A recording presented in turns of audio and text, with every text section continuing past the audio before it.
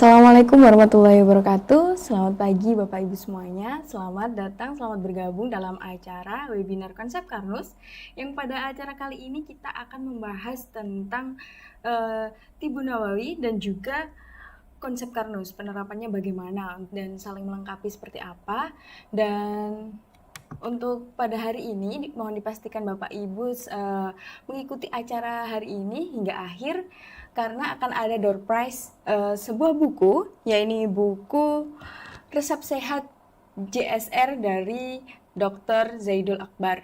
Nah, Bapak Ibu, jika mungkin nanti Bapak Ibu memiliki pertanyaan, dapat langsung disampaikan di kolom chat ataupun juga dapat menggunakan fitur raise hand, sehingga Bapak Ibu nanti dapat menanyakan secara langsung untuk kami bantu untuk mengaktifkan mikrofonnya dan bertanya secara langsung kepada pemateri kita kali ini. Dan untuk hari ini, apakah suara kami sudah terdengar jelas nih Bapak Ibu? Soalnya tadi di kolom chat tidak terdengar ya. Sebentar, saya coba untuk unmute.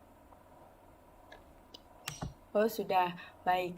Baik, jika suaranya sudah terdengar jelas, mohon dipastikan Bapak Ibu nanti ini memastikan berada di tempat yang nyaman dan juga untuk lebih lanjutnya nanti memastikan jaringan internetnya lancar sehingga tidak ada kendala selama acara nanti. Dan juga untuk acara kali ini kita akan 2 sesi ya Bapak Ibu. Untuk sesi pertama nanti ada materi yang akan disampaikan oleh Bapak Rahmat Pristiwayono, dan juga untuk sesi kedua ada tanya jawab seperti saya yang katakan tadi. Bapak Ibu dapat langsung menuliskan langsung pertanyaannya di kolom chat ataupun menggunakan fitur raise hand sehingga nanti dapat langsung bertanya langsung kepada materi kita hari ini. Nah, tanpa mengulur-ulur waktu lagi, saya persilahkan kepada Pak Rahmat untuk menyampaikan materinya hari ini. Silakan Pak. Baik, Assalamualaikum warahmatullahi wabarakatuh. Terima kasih Bapak Ibu dan teman-teman semua yang hari ini hadir di webinar konsep Karnus. Dan topik kali ini kita akan mengupas sedikit tentang Tibu Nabawi, kemudian bagaimana cara mengintegrasikannya dengan konsep Karnus. Jadi mungkin saya yakin banyak teman-teman di luar sana yang sudah familiar dengan Tibu Nabawi, dan itu juga berkat dari saudara-saudara kita yang mensyiarkan tentang pengobatan ala Nabi ya. Bahkan juga ulama-ulama terdahulu, peneliti-peneliti terdahulu yang luar biasa, sumbangsihnya di bidang kesehatan dan juga pengobatan luar biasa. Banyak kitab-kitab yang mungkin terkenal, hanya saja mungkin banyak juga yang ditenggelamkan ya dalam tanda kutip ya. Kita kenal dengan tokoh Ibnu Sina, mungkin kalau di barat terkenal dengan Avicenna.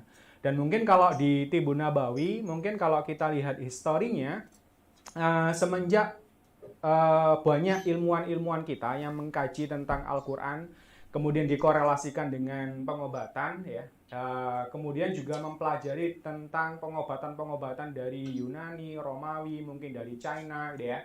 Akhirnya di abad ke-13 mungkin Ibnu Qayyim al-Jauzi kemudian mencoba untuk menuliskan sebuah kitab yang mencoba untuk merumuskan kembali yang dinamakan dengan Tib An-Nabawi gitu ya.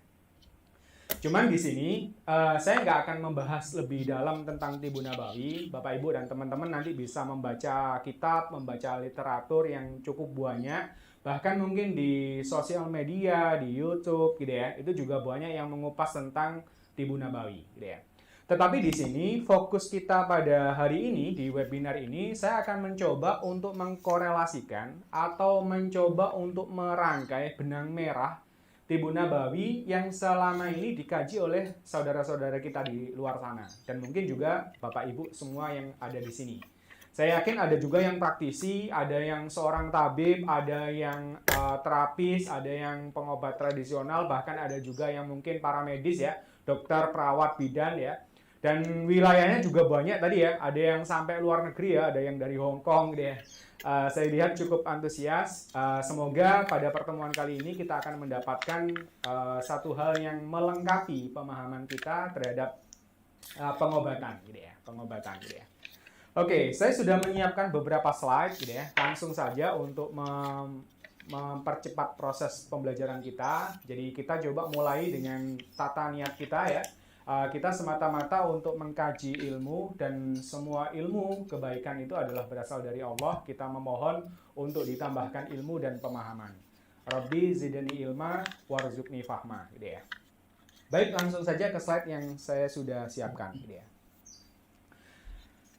Saya Rahmat Pristiwayono, ini wakil dari perusahaan ya. Kita berusaha untuk men-syiarkan konsep Karlus bersama dengan ribuan pendekar Nusantara di seluruh Nusantara. Bahkan juga ada beberapa pendekar yang sekarang sudah ada di Malaysia, Singapura, Hong Kong ya. Bahkan juga ada yang ke Jerman ya.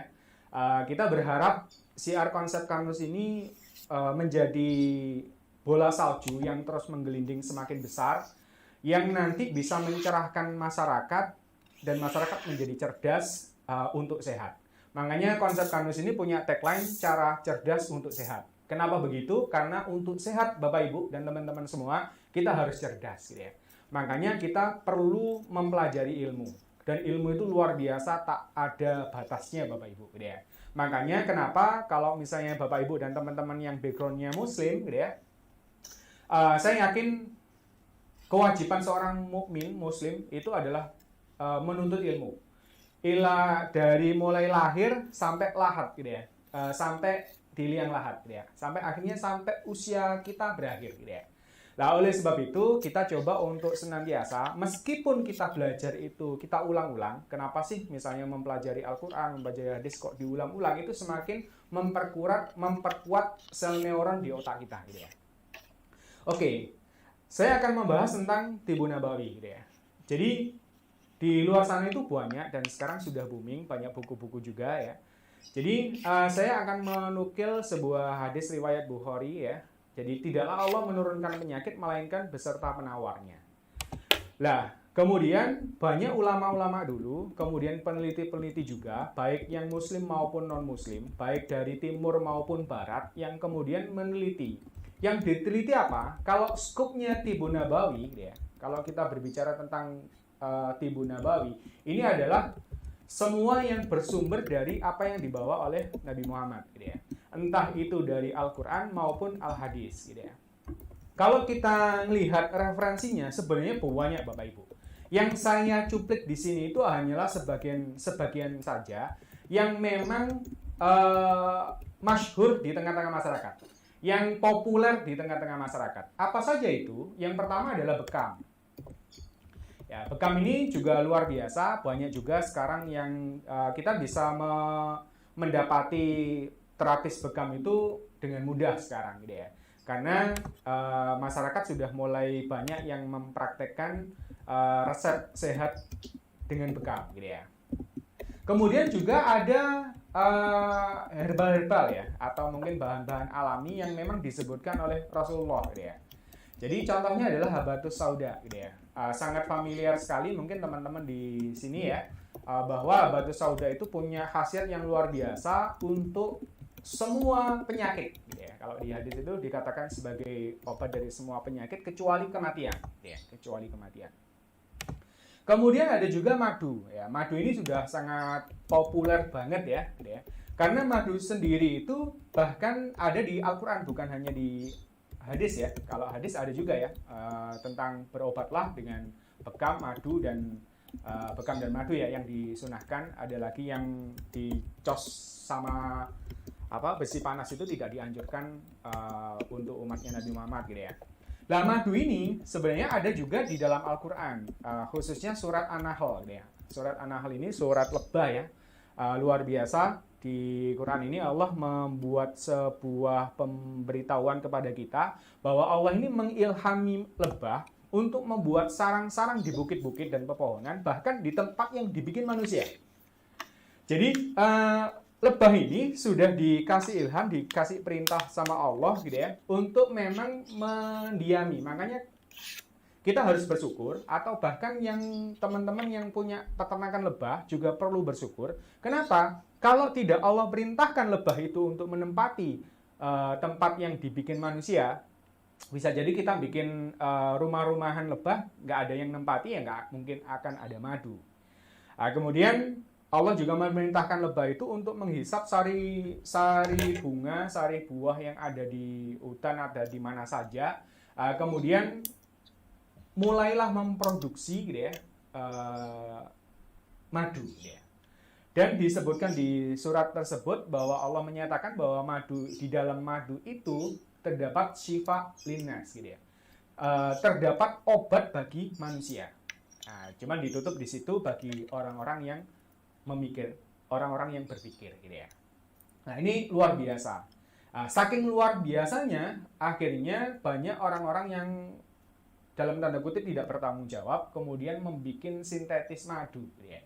Jadi saya dulu tergabung dengan beberapa komunitas peternak dan penjual madu ya. Bahkan sekarang lagi dibikin asosiasi untuk peternak madu, lebah madu gitu ya. Dengan harapan supaya meminimalisir gitu ya, madu-madu yang dibikin oleh manusia. Madu sintetis, luar biasa. Bahkan waktu ada pelatihan tersebut, dari sekian orang yang pakar madu, ketika dikasih tes ada madu asli, ada madu palsu, ada madu yang dicampur, sebagian besar nggak mampu membedakan. Saking canggihnya manusia membuat madu tiruan itu sampai sebegitunya.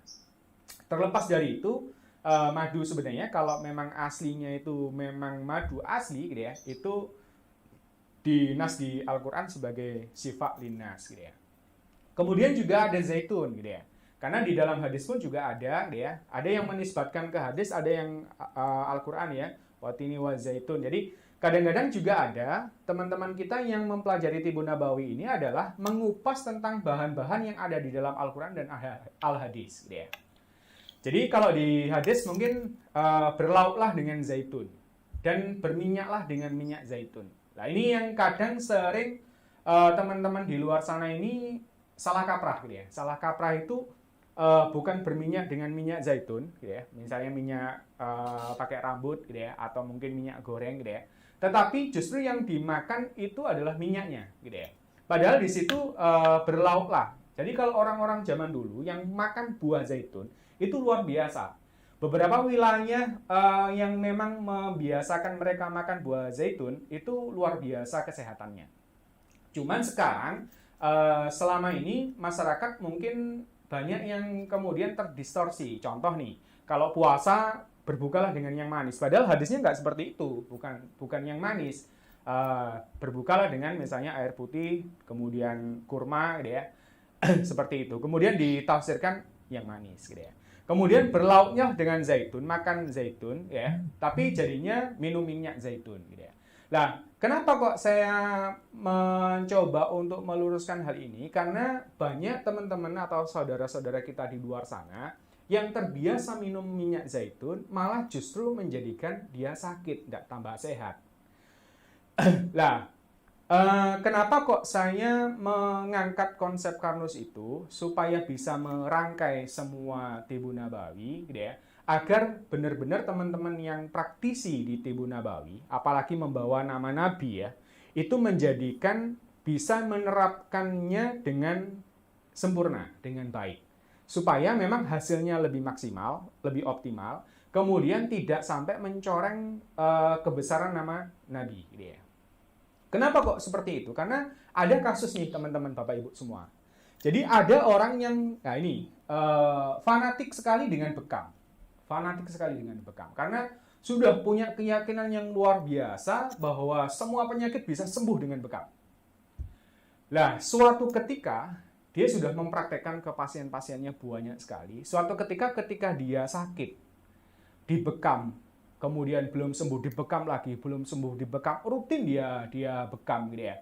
Bahkan dia memanfaatkan waktu-waktu yang sangat baik untuk bekam. Misalnya kalau di hadis itu di tanggal 11, tanggal 12, tanggal 13 di pertengahan bulan. Jadi biasanya disunahkan puasa ya, kemudian berbekam gitu ya.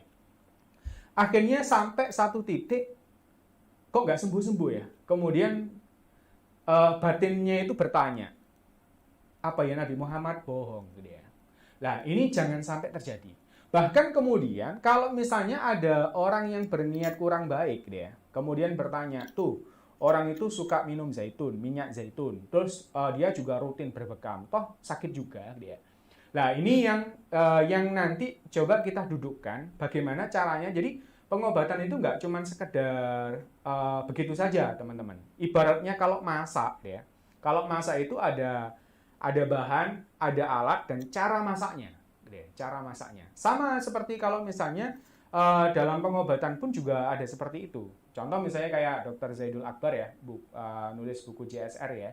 Beliau mengupas tentang bahan-bahan herbal yang bisa dipakai, yang punya khasiat cukup luar biasa, bagus gitu ya. Kemudian cara penyajiannya juga, dosisnya juga, itu juga harus diperhatikan. Makanya kemudian saya berapresiasi sekali dengan teman-teman yang punya LKP atau mungkin senantiasa berusaha mensyiarkan konsep Tibun Nabawi ini ke tengah-tengah masyarakat dengan baik dan benar, gitu ya. Nah, kita mencoba untuk mengurai sebenarnya seperti apa sih, gitu ya. Kemudian juga ada ruqyah, ya, ada ruqyah syariah, gitu ya. Karena memang di dalam Al-Quran pun juga ada, di hadis pun juga ada. Contoh misalnya kalau di hadis, berobatlah dengan madu dan Quran, gitu ya. Atau kalau di Quran sendiri pun juga ada yang menyatakan bahwa Al-Quran pun juga syifa, gitu ya, penyembuh, gitu ya. Nah, makanya kita ada juga yang ruqyah. Selain ini apakah ada? Banyak, teman-teman. Contoh misalnya memakai syiwa, itu juga bagian dari Tibun Nabawi sebenarnya, tapi nggak saya cantumkan di sini. Kemudian apa? Ada lagi, ada misalnya sholat tahajud gitu ya. Itu juga ada gitu ya. Kemudian macam-macam banyak. Jadi intinya kalau belajar Tibun Nabawi ini adalah hal-hal yang terkait dengan kesehatan dan pengobatan yang didasarkan pada Quran dan hadis gitu ya. Oke, saya nggak akan ini ya, saya pun juga masih belajar ya, Bapak Ibu dan teman-teman. Cuman pembelajaran saya ini, saya coba untuk merangkai sebenarnya apa sih yang ada di dalam tubuh kita, kemudian apa sih yang ada di Quran dan hadis yang berusaha untuk Allah turunkan di dunia untuk manusia, gitu ya. Nanti akan kita bahas, gitu ya. Baik. Nah, praktik Tibun Nabawi, kalau misalnya teman-teman atau Bapak Ibu semua yang kemarin sebelum Hari Raya ya, kita coba buka webinar yang 3I Healing ya. 3I Healing ini manipulasi, nutrisi, dan meditasi ya. Cuman di sini saya ganti meditasinya dengan spiritual emosi atau hati gitu ya. Atau hati gitu ya. Mungkin lebih spiritual ya, gitu ya. Kalau kemarin meditasi itu bahasa universal ya. Jadi mengkondisikan pikiran dan hati supaya tenang, rileks, damai, selalu bersyukur dan bersabar gitu ya. Nah, cuman di pembahasan kali ini saya coba untuk memakai bahasa lain yang sama-sama I ya, di spiritual emosi ya. Nah, kalau kita melihat dari buahnya tadi, kita bisa sebenarnya mengklasifikasikan menjadi 3. Bahkan kalau di bukunya Dr. Zaidul Akbar, beliau mengatakan bahwa kunci sehat itu ada 3. Yang pertama adalah hati yang sehat, kemudian tubuh yang sehat, dan yang ketiga adalah makanan yang sehat, katanya Dr. Zaidul Akbar. Nah, nanti teman-teman yang akan dapat door prize bisa dibuka di bukunya itu ada satu bab yang Dr. Zaidul Akbar mengupas tentang hal itu. Nah, kalau kita hubungkan dengan pembahasan kita yang lalu, ya, sebenarnya sama juga. Kalau kita ngomongkan tentang hati yang sehat, katanya Dr. Zaidul Akbar, ini berarti di ranah sini, teman-teman. Nah, di ranah sini ini sebenarnya untuk penyehatannya bisa menggunakan macam-macam. Pertama, zikir, gitu ya. Zikir itu untuk qalbu ya. Kemudian sholat tahajud ya. Kemudian juga membacakan surat-surat dalam Al-Quran, khususnya mungkin kalau teman-teman biasanya memakai ayat-ayat ruqyah, itu juga bisa dipakai untuk pengkondisian hati yang sehat. Ya. Nah, hati sendiri kalau saya kaji itu bukan sebuah organ, teman-teman. Bukan hati itu liver, bukan juga jantung. Ya, kalau di Indonesia ini agak sedikit ini ya, sedikit bias ya. Kalau ngomongkan heart, gitu ya, heart itu kalau di luar negeri itu jantung. Tetapi kalau di Indonesia dikatakan hati. Nah, ini hati yang mana? Yang organ atau yang bukan? Gitu ya. Tapi kalau kita lihat sebenarnya ini bukanlah sebuah organ, tapi qalbun itu lebih ke emosi dan pikiran. Nah, ada juga beberapa teman-teman yang mengatakan itu adalah emosi karena berkaitan dengan hati. Kalau kita kaji di dalam Al-Quran sebenarnya kata qalbun itu juga dipakai oleh Allah untuk berpikir. Contohnya surat Al-A'raf ya. Allah di situ ada salah satu ayat yang menyatakan bahwa lahum qulubu la yafqahuna biha.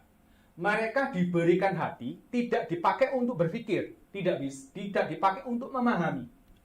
Nah, berarti kolbu di situ itu artinya juga berpikir. Jadi memahami itu adalah mind. Mungkin kalau di terminologi barat universal itu kita kenal organnya otak, tapi abstraknya itu adalah mind. Mind itu pikiran, gitu ya. Nah, pikiran itu bisa mempengaruhi proses berpikir dan juga perasaan. Meskipun dampaknya yang dirasakan itu biasanya di dada, gitu ya. Jadi kalau kita bahagia itu di dada. Nah, kenapa kok spiritual emosi ini sangat berpengaruh dalam kesehatan, gitu ya? Bahkan Rasulullah sendiri ya meriwayatkan dalam satu hadis ya, Inna fi jasadi mudghah, gitu ya. Di dalam tubuh kita itu ada segumpal daging. Idza soluhat soluhal jasadu kullu wa in fasadat fasadal jasadu kullu. Kalau segumpal daging itu baik, maka baiklah seluruh tubuhnya. Tapi kalau segumpal daging itu buruk, maka buruklah semuanya. Ala wahiya qalb, gitu ya. Ketahuilah sesungguhnya segumpal daging itu adalah qalb atau hati, gitu ya. Nah, kalau di terminologi barat, ini saya coba untuk merangkainya, bahwa sebenarnya pola pikir, pola perasaan kita itu sangat mempengaruhi. Kenapa? Karena organ tubuh kita ini itu dipengaruhi oleh perintah dari otak. Meskipun otak ini nanti kita bisa kupas, nanti insya Allah di next episode kita akan mengkaji tentang sehat holistik ya. Nanti akan saya kupas lebih dalam di sana. Ini kita fokus ke Tibun Nabawi ya. Tapi intinya otak kita itu pola perintahnya dan bahasanya dengan organ tubuh kita, kalau bahasanya itu pakai rasa. Kenapa kok ada rasa nyeri, kemudian ada rasa dingin, ada rasa panas? Itu sebenarnya bahasa tanpa kata. Kalau saya mengatakan itu ada bahasa tanpa kata di dalam tubuh kita yang dipakai organ tubuh kita menyampaikan ke otak kita. Dan otak ini memerintahkannya pun melalui saraf-saraf kita, gitu ya, dengan mekanisme ada hormon dan enzim. Nah, makanya kenapa ketika seseorang itu bersyukur, bersabar, kemudian selalu bahagia, maka dia akan memproduksi hormon-hormon yang kebahagiaan. Dan hormon-hormon kebahagiaan itu bisa diteruskan ke seluruh organ-organ tubuh kita menjadi lebih sehat. Dan ini banyak penelitian di luar negeri sana yang meneliti tentang kaitan emosi dengan penyakit. Orang marah, dia akan sakit apa? Orang cemas, dia sakit apa? Dan seterusnya. Ini sudah diteliti di ilmuwan barat juga. Termasuk juga beberapa ilmuwan timur pun juga meneliti itu. Saya nggak akan ngupas lebih dalam di situ. Intinya, memang benar. Kalau kita itu bisa menjaga pikiran, perasaan, hati kita, makanya kalau di resep kita itu sebenarnya luar biasa. Seorang mukmin itu kalau dikasih ujian, dia sabar, itu baik untuknya. Kalau dikasih kenikmatan, kemudian dia bersyukur, maka itu baik baginya. Nah, hanya diperingatkan sama Nabi, ada dua kenikmatan yang orang sering lalai. Yang pertama adalah kenikmatan sehat, dan yang kedua adalah kesempatan. Makanya kita bersyukur pada kesempatan kali ini, kita diberikan kesempatan untuk mengkaji ilmu di webinar Konsep Kanus dan Tibun Nabawi. Kemudian kita juga bersyukur atas kesehatan yang sudah diberikan. Orang itu baru ingat biasanya kalau sudah sakit. Orang itu baru menghargai air sumur ketika sumurnya itu sudah mengering. Lah terlambat teman-teman Bapak Ibu semua. Makanya betapa luar biasanya nikmat sehat ini, maka kita perlu jaga supaya tidak sampai sakit. Nah, kalau sudah sakit, ya sebenarnya ada juga teknik manipulasinya yang dipakai. Nah, teknik manipulasi itu apa contohnya? Salah satunya adalah bekam. Bekam ini adalah teknik manipulasi yang untuk membantu peredaran darah kita itu untuk bersih. Jadi banyak orang yang meneliti tentang ini, banyak profesor dokter juga yang mempelajari tentang ini, meskipun di WHO ataupun di dunia kedokteran masih pro kontra terhadap perizinan bekam. Saya bergaul dengan banyak beberapa terapis ya, yang sering dipermasalahkan itu adalah bekam. Apalagi yang bekam yang memang mengeluarkan darah. Tapi kalau kita melihat, sebenarnya kalau kita ini mempelajari nanti ya lebih dalam tentang konsep Kanus ya. Jadi di di tubuh kita itu banyak saluran pembuluh darah ya, baik ada yang besar dan kecil ya, mulai aorta, vena sampai ke kapiler ya, yang kecil-kecil tapi panjang gitu ya, bahkan ke seluruh di bawah lapisan kulit ini. Ketika misalnya ada sumbatan-sumbatan, ketika ada kotoran-kotoran, entah itu lemak yang tidak termetabolisme atau mungkin kolesterol atau asam urat gitu ya, dengan dia dilakukan bekam, maka kotoran-kotoran itu bisa dibantu secara manipulatif ya, secara tidak alami, dibantu manipulatif untuk diambil. Sehingga ini bisa memperlancar jalur peredaran darah di titik tersebut, termasuk juga men-trigger sumsum tulang belakang untuk menghasilkan sel darah merah yang baru. Sebenarnya kalau secara alami, sel darah merah itu usianya adalah 120 hari rata-rata. Atau sekitar 4 bulan. Jadi tubuh kita itu sebenarnya secara alamiah memproduksi sel darah merah itu setiap 4 bulan sekali. Dengan catatan bahan bakunya ada teman-teman. Terus kalau misalnya kita sedikit-sedikit, mohon maaf ya, bukannya ini, itu baik. Tetapi kalau misalnya sebulan sekali di waktu-waktu sunnah atau mungkin 2 bulan sekali gitu ya. Nah, tapi kalau terus-terusan begitu capek, pegel-pegel dibekam, bahkan mungkin seminggu bisa 3 kali, bahkan 5 kali gitu ya, 2 hari sekali gitu ya. Ini yang nanti yang dikhawatirkan, yang kasihan itu adalah sumsum tulang belakang nih teman-teman, yang dipaksa untuk memproduksi sel darah merah. Apalagi kalau seandainya bahan bakunya itu kurang, maka terjadilah defisit sel darah merah. Nah, ini juga membahayakan gitu ya.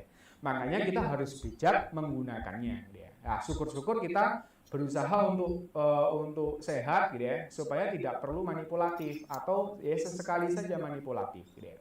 Nah, kalau yang dikatakan Dr. Zaidul Akbar, malah justru ini yang dibesarkan, makanan yang sehat, nutrisi.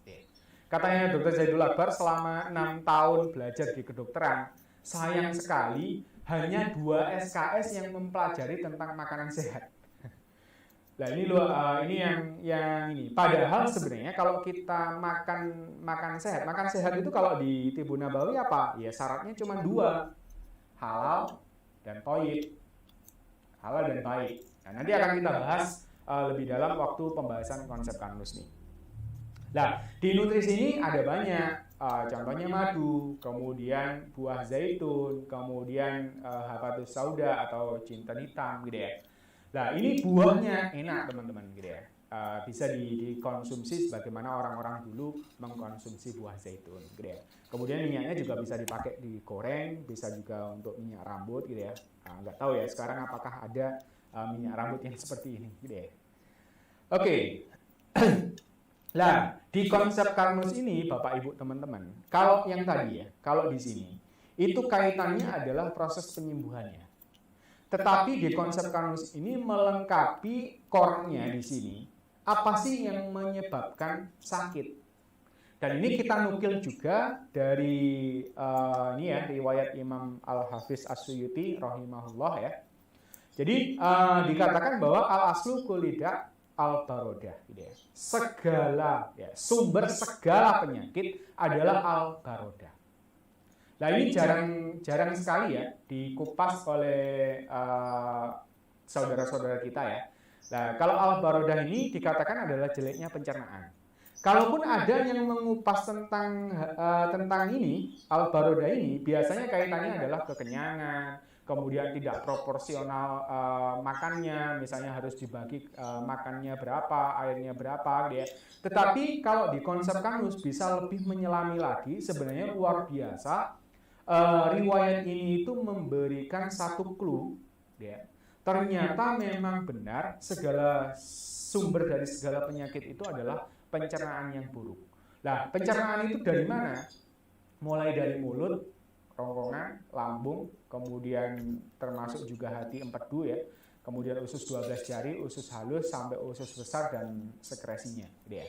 Nah, cuma nanti kita akan coba apa sih hubungannya, bener nggak sih kalau misalnya pencernaannya buruk itu akhirnya menyebabkan banyak penyakit. Kita kenal nih banyak penyakit. Nah, nanti kita akan coba kupas di konsep Carnus, gitu ya. Sehingga kita nanti benar-benar punya cara cerdasnya. Jadi cara cerdas untuk sehat. Nah, kalau kita kenal asal muasalnya, insya Allah kita bisa menghindari, bahkan bisa tahu nih.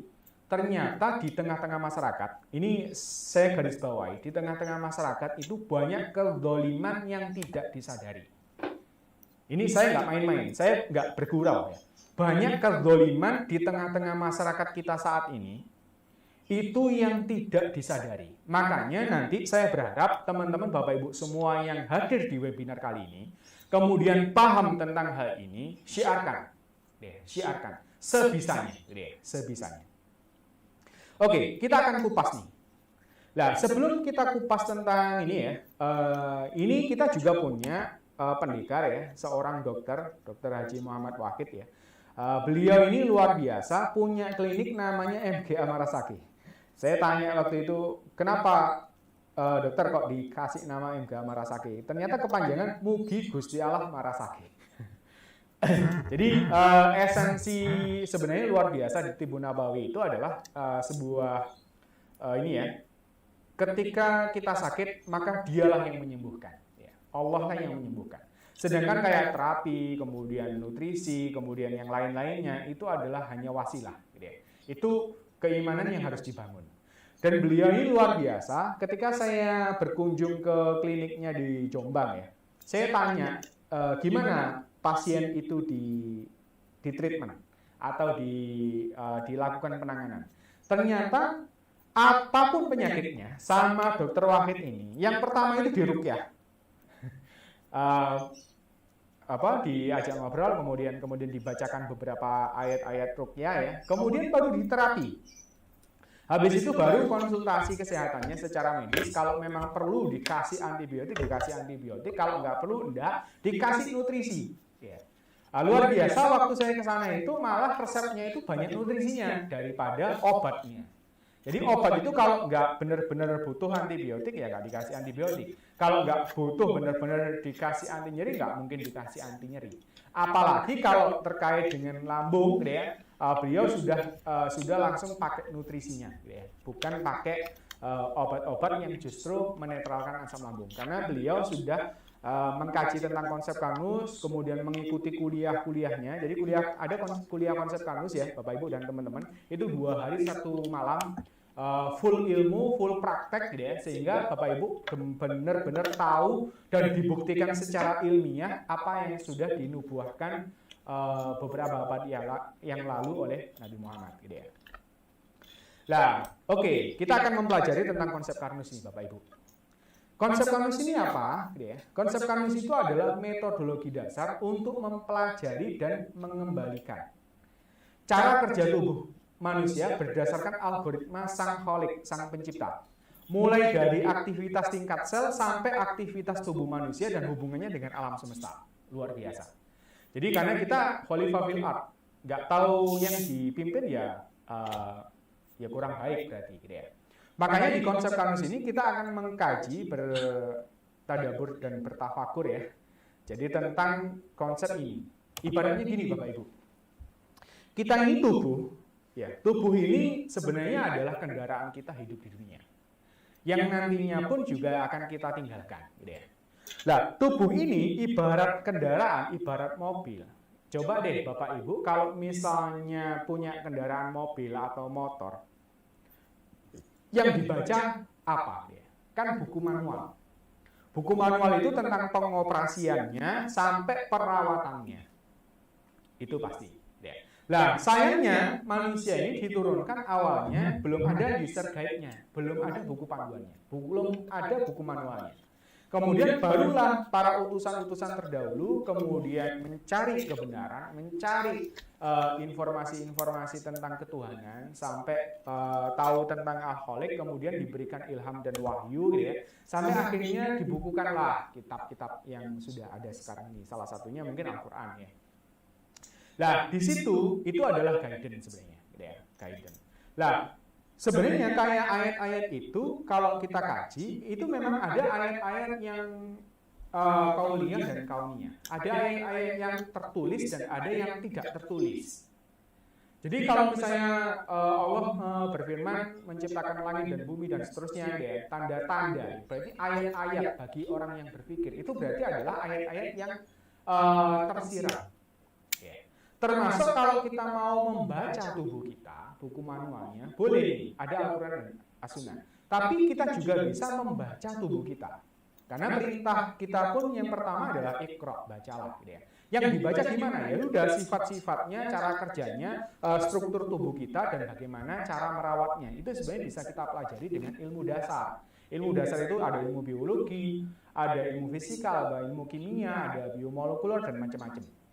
Sebenarnya tubuh kita ini adalah kumpulan. Jadi konsep Karnus ini adalah konsep yang dirangkai, ditemukan oleh Bapak Iwan Beni. Ya. Beliau itu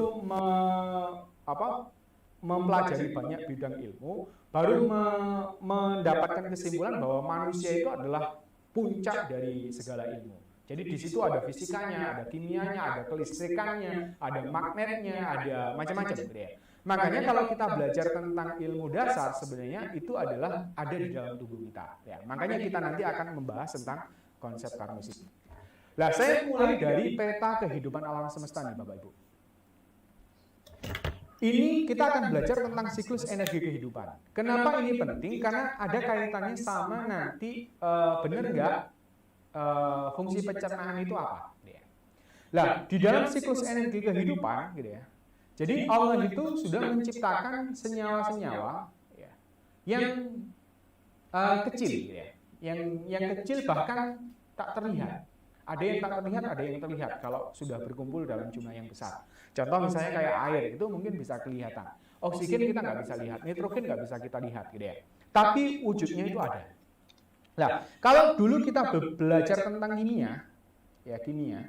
Maka kita akan belajar tentang hal-hal itu, unsur-unsur yang ada di alam semesta, termasuk juga senyawa-senyawa yang ada di alam semesta ini. Nah, Allah sudah menciptakan banyak senyawa ini, dan kita bisa melihat di unsur kimia periodik ya. Tapi kita nggak membahas itu lebih dalam ya, yang kita butuhkan aja. Jadi unsur-unsur ini, kalau di konsep Karnus, itu dikatakan sebagai low energy molekul. Molekul dengan energi rendah. Ibaratnya kalau misalnya kita punya cadangan energi ya kayak baterai lah. Baterai itu kan energinya rendah. Gitu ya. Tetapi Allah menciptakan yang namanya tumbuhan atau tanaman. Gitu ya. Ya, tanaman itu kan punya batang, punya daun, punya akar ya. Nah, akar ini yang kemudian menyerap H2O, kemudian juga beberapa mineral ya. Kemudian naik ke atas gitu ya, di daun ya. Nah, di daun inilah kita dulu belajar di SD ya, itu tentang fotosintesis. Kalau dulu pelajaran kita itu apa sih fotosintesis? Masak tumbuhan memasak makanan, gitu ya. Masak air biar matang, gitu ya. Ini kan air ya. Sebenarnya kalau di konsep Karnus lebih detail lagi. Kalau misalnya kita belajar di fundamental konsep Karnus itu juga lebih detail ya, Bapak Ibu teman-teman. Tapi saya coba untuk merangkum rangkaian globalnya aja. Nah, disinilah Allah menciptakan matahari itu punya tugas yang luar biasa. Beliau punya sinar yang luar biasa dan kita kenal dengan UV ya. Sinar UV ini mampu memecah H2O dan juga molekul-molekul yang lain itu pecah. Kemudian sama klorofil, zat hijau daun itu dirangkai ini teman-teman. Ibaratnya gini. Ini ada baterai 1, 2, 3, 4, 5, 6, kemudian dirangkai dengan tujuan apa? Supaya energinya semakin besar. Jadi kalau satu baterai itu energinya kecil, mungkin hanya bisa menghidupkan lampu LED 1 ya. Kalau dirangkai 3 bisa menghidupkan lampunya senter ya. Bahasa Jawa sentolop ya. Kalau dirangkai lebih panjang lagi, mungkin bisa menghidupkan radio, bisa menghidupkan televisi, atau menghidupkan apa saja gitu ya. Nah, sama sebenarnya di alam semesta ini, Allah menciptakan tumbuhan itu untuk merangkai molekul-molekul kecil tadi itu menjadi rangkaian panjang. Dan ini yang disebut sebagai high energy polymer. Dan yang luar biasa, ini tadi teman-teman. Kita dengan teknologi manusia secanggih apapun, Air kalau digodok dengan suhu 100 derajat Celcius, 200 derajat sampai 1000 derajat Celcius pun tidak mampu memecah molekul air. Dia hanya bisa berubah dari bentuk cair ke bentuk gas, berbentuk uap. Dan itu molekulnya juga tetap H2O. Tetapi Allah membuat skenario dengan sinar UV yang mampu memecah elektronnya sehingga pecah deh, oksigennya sama hidrogennya. Kemudian dirangkailah di dalam klorofil tadi itu menjadi rangkaian ini, teman-teman. Kita kenal dengan nama karbohidrat. Karbohidrat itu kalau kita lihat ya sama, ada C, ada H, ada O yang berderet ya. Ini kayak baterai dirangkai panjang. Kemudian kita juga kenal dengan protein. Nah, protein ini juga panjang, ada N-nya, ada C-nya, ada O-nya ya. Kemudian juga lemak atau biasa dikenal kalau di kimia ataupun mungkin di kedokteran dengan trigliserid. Karena dia punya 3 rantai panjang ya. Kemudian disatukan dengan ini. Makanya berarti kan 3 ya, trigliserid. Ini juga sama, susunan dari karbon, hidrogen, oksigen, panjang deh. Semakin panjang ya semakin besar. Dan ini yang kita sebut sebagai high energy polymer. Gitu ya. Jadi luar biasa ya tumbuhan itu pengaruhnya gitu ya. Jadi itu adalah salah satu ketundukan tumbuhan terhadap perintah Allah gitu ya. Itu juga salah satu tasbihnya gitu ya, kepada Allah gitu ya. Nah kemudian tumbuhan ini dimakanlah sama herbivora, entah itu sapi, kambing, ayam dan seterusnya gitu ya. Nah sebagian dipakai untuk menghasilkan energi gitu ya. Kemudian sebagian dipakai untuk pertumbuhan otot ya. Sebagian nanti dikeluarkan menjadi H2O juga, entah itu lewat feses atau urin ya. Kemudian karbon dioksida juga ya. Dan dia menyerap juga H2O untuk proses pemrosesan makanan di dalam selnya menjadi energi sel. Kemudian juga dimakan sama karnivora juga sama, sebagian nanti dipakai untuk energi, sebagian untuk pertumbuhan, sebagian dibuang melalui feses gitu ya. Nah, begitu pula kita manusia. Nah, kita makan ada yang dari tanaman atau tumbuhan ya berupa sayur dan buah gitu ya. Ada juga biji-bijian ya seperti nasi kita, gandum, oat dan seterusnya gitu ya. Kemudian juga ada yang dari daging-dagingan, ayam, kambing, sapi deh, yang kemudian kita makan, termasuk juga ada susunya ya. Itu kita makan, kemudian sebagian jadi energi sel, sebagian dipakai untuk pertumbuhan, sebagian juga dikeluarkan melalui feses, dan feses pun nanti juga Allah menciptakan bakteri mikroba virus untuk mengurai kembali sisa-sisa makanan tadi untuk menjadi low energy molekul kembali. Terus putar, teman-teman. Jadi kalau di konsep Karnus, perputaran ini adalah siklus energi kehidupan. Nah, perpindahan energi ini itu sebenarnya esensinya adalah perpindahan elektron, teman-teman. Ini nanti kalau lebih detail di konsep Karnus, teman-teman bisa ikut ya di angkatan ke-7, semoga saja dalam waktu dekat ya. Nah, disinilah sebenarnya yang terjadi itu tumbuhan merakit, intinya saja ya, supaya teman-teman paham, saya ulangi globalnya. Tumbuhan ini merakit dari unsur-unsur atau molekul yang energinya rendah menjadi energi besar. Kemudian kita ataupun hewan-hewan ini memotong-motong lagi menjadi monomer yang sebagian potongannya itu menjadi energi sel. Energi sel ini disebut sebagai ATP, adenosin trifosfat. Ya, nggak perlu dihafalkan teman-teman, yang penting tahu. Oke ya, baru kita akan membahas tentang manusia. Sebentar. Oke. Nah, manusia ini memang kita terdiri dari yang tampak dan tidak nampak. Kita punya tubuh atau raga, ya, jasad, ya. Kita juga punya roh dan jiwa. Tapi di dalam pembahasan konsep Karnus kita batasi di tubuh ya. Ini kita mengkaji tentang tubuh manusia.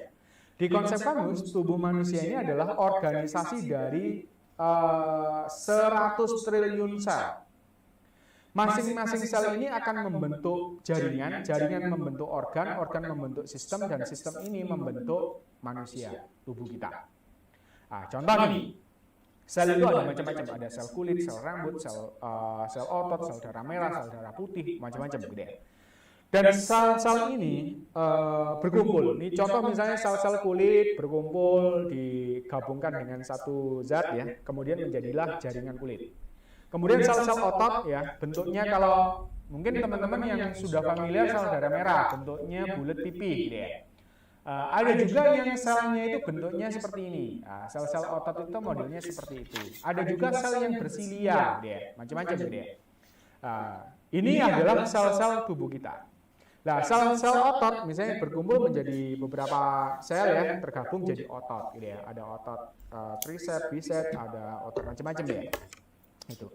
Nah, masing-masing jaringan ini nanti berkumpul menjadi organ jadi sistem kita punya sistem pencernaan, sistem peredaran darah, sistem sekresi dan macam-macam gitu ya. Itu banyak sistem di tubuh kita. Nah, dan rangkaian dari semua sistem inilah manusia. Gitu ya. Nah, kalau kita ibaratkan nih teman-teman, supaya lebih memudahkan kita memahami, tubuh kita itu tidak ubahnya seperti negara. Negara kita Indonesia itu kan terdiri dari 270 juta jiwa. 270 orang. Yang masing-masing orang itu membentuk kelompok ya, mulai dari RT kumpul-kumpul jadi RW kelurahan, kecamatan, kabupaten, provinsi sampai negara ya. Mulai dari rakyat jelata sampai Pak Presiden ini memiliki fungsi dan tugasnya masing-masing. Nah, itu sama teman-teman sel tubuh kita. Mulai dari sel rambut, sel kulit, sel mata, sel telinga, sel hidung, sel organ-organ tubuh kita, sel darah merah. Semua sel itu ibaratnya adalah warga tubuh kita. Ya, yang masing-masing sel itu sama-sama sel. Ibaratnya kalau apa sih bedanya saya dengan Pak Presiden? Ya sama-sama manusia, sama-sama butuh makan. Tetapi hanya perbedaan adalah fungsi dan tugasnya. Ya. Lah, nasibnya ada yang beda nasib gitu ya. Oke lah, itu beda nasib gitu ya. Tapi intinya sel itu juga sama. Semua sel itu sama-sama sel, sama-sama butuh makan. Bedanya hanyalah di fungsi dan tugasnya masing-masing. Oh, sel kulit ini melindungi organ di dalamnya, kemudian mengatur kelembapan, kalau misalnya panas dia akan berkeringat dan macam-macam gitu ya. Kemudian ada sel otot ya yang menopang gerak kita. Kemudian ada sel organ di dalam lambung misalnya berfungsi untuk gerak peristaltik untuk mencerna makanan dan seterusnya. Ya. Nah, itu setiap sel ini membutuhkan nutrisi nih teman-teman. Untuk apa? Sebagai energi dalam menjalankan fungsi kerjanya dan bisa juga untuk beregenerasi. Sama dengan kita butuh makan untuk apa? Ya untuk energi, untuk menjalankan fungsi kita dan juga untuk bereproduksi juga. Nah, menghasilkan keturunan. Nah, setiap sel yang mati di dalam tubuh kita itu juga akan diganti dan pergantian sel itu juga butuh nutrisi. Jadi di negara kita itu kan sama, ada yang kematian, habis kematian ada kelahiran. Makanya saya juga takjub sekali ketika kita tidur, kita doanya apa sih? Bismillahirrahmanirrahim ahya wa bismika amut. Dengan namamu ya Allah, aku hidup, dengan namamu aku mati. Padahal tidur, dulu saya bertanya-tanya mulai zaman TPQ ya.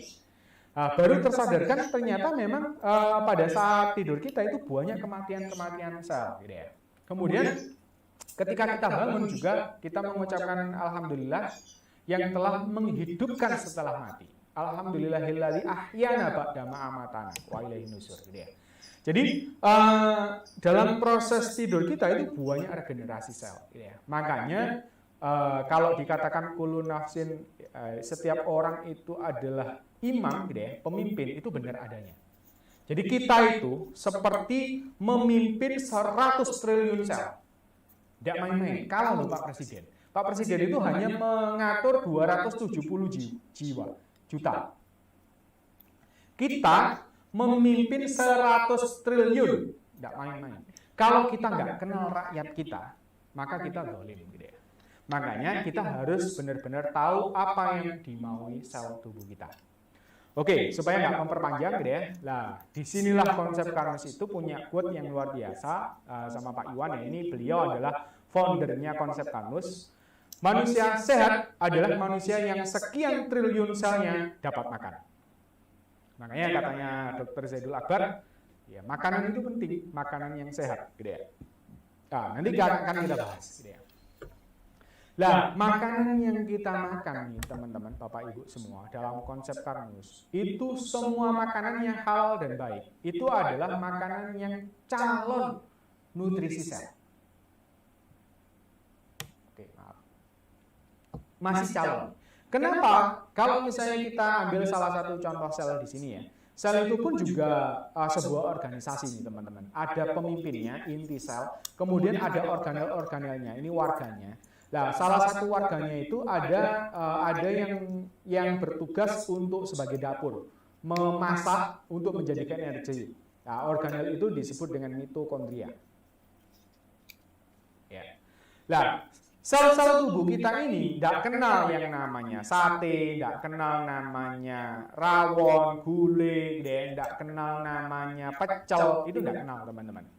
Nah, sel itu kenalnya apa? Begitu kita makan nasi atau golongan karbohidrat ya, nasi, tepung, kemudian umbi-umbian ya, itu nanti dirubah dulu menjadi glukosa, itu baru sel tahu dan mau makan. Jadi sel kita itu juga ada mulutnya nih teman-teman. Nah, mulut ini akan terbuka ketika ada yang mengetok pintunya. Luar biasa organisasinya sel itu. Nah, yang mengetok pintu inilah yang kita sering kenal dengan insulin. Nah, ini baru banyak loh orang yang nggak tahu insulin itu tugasnya apa.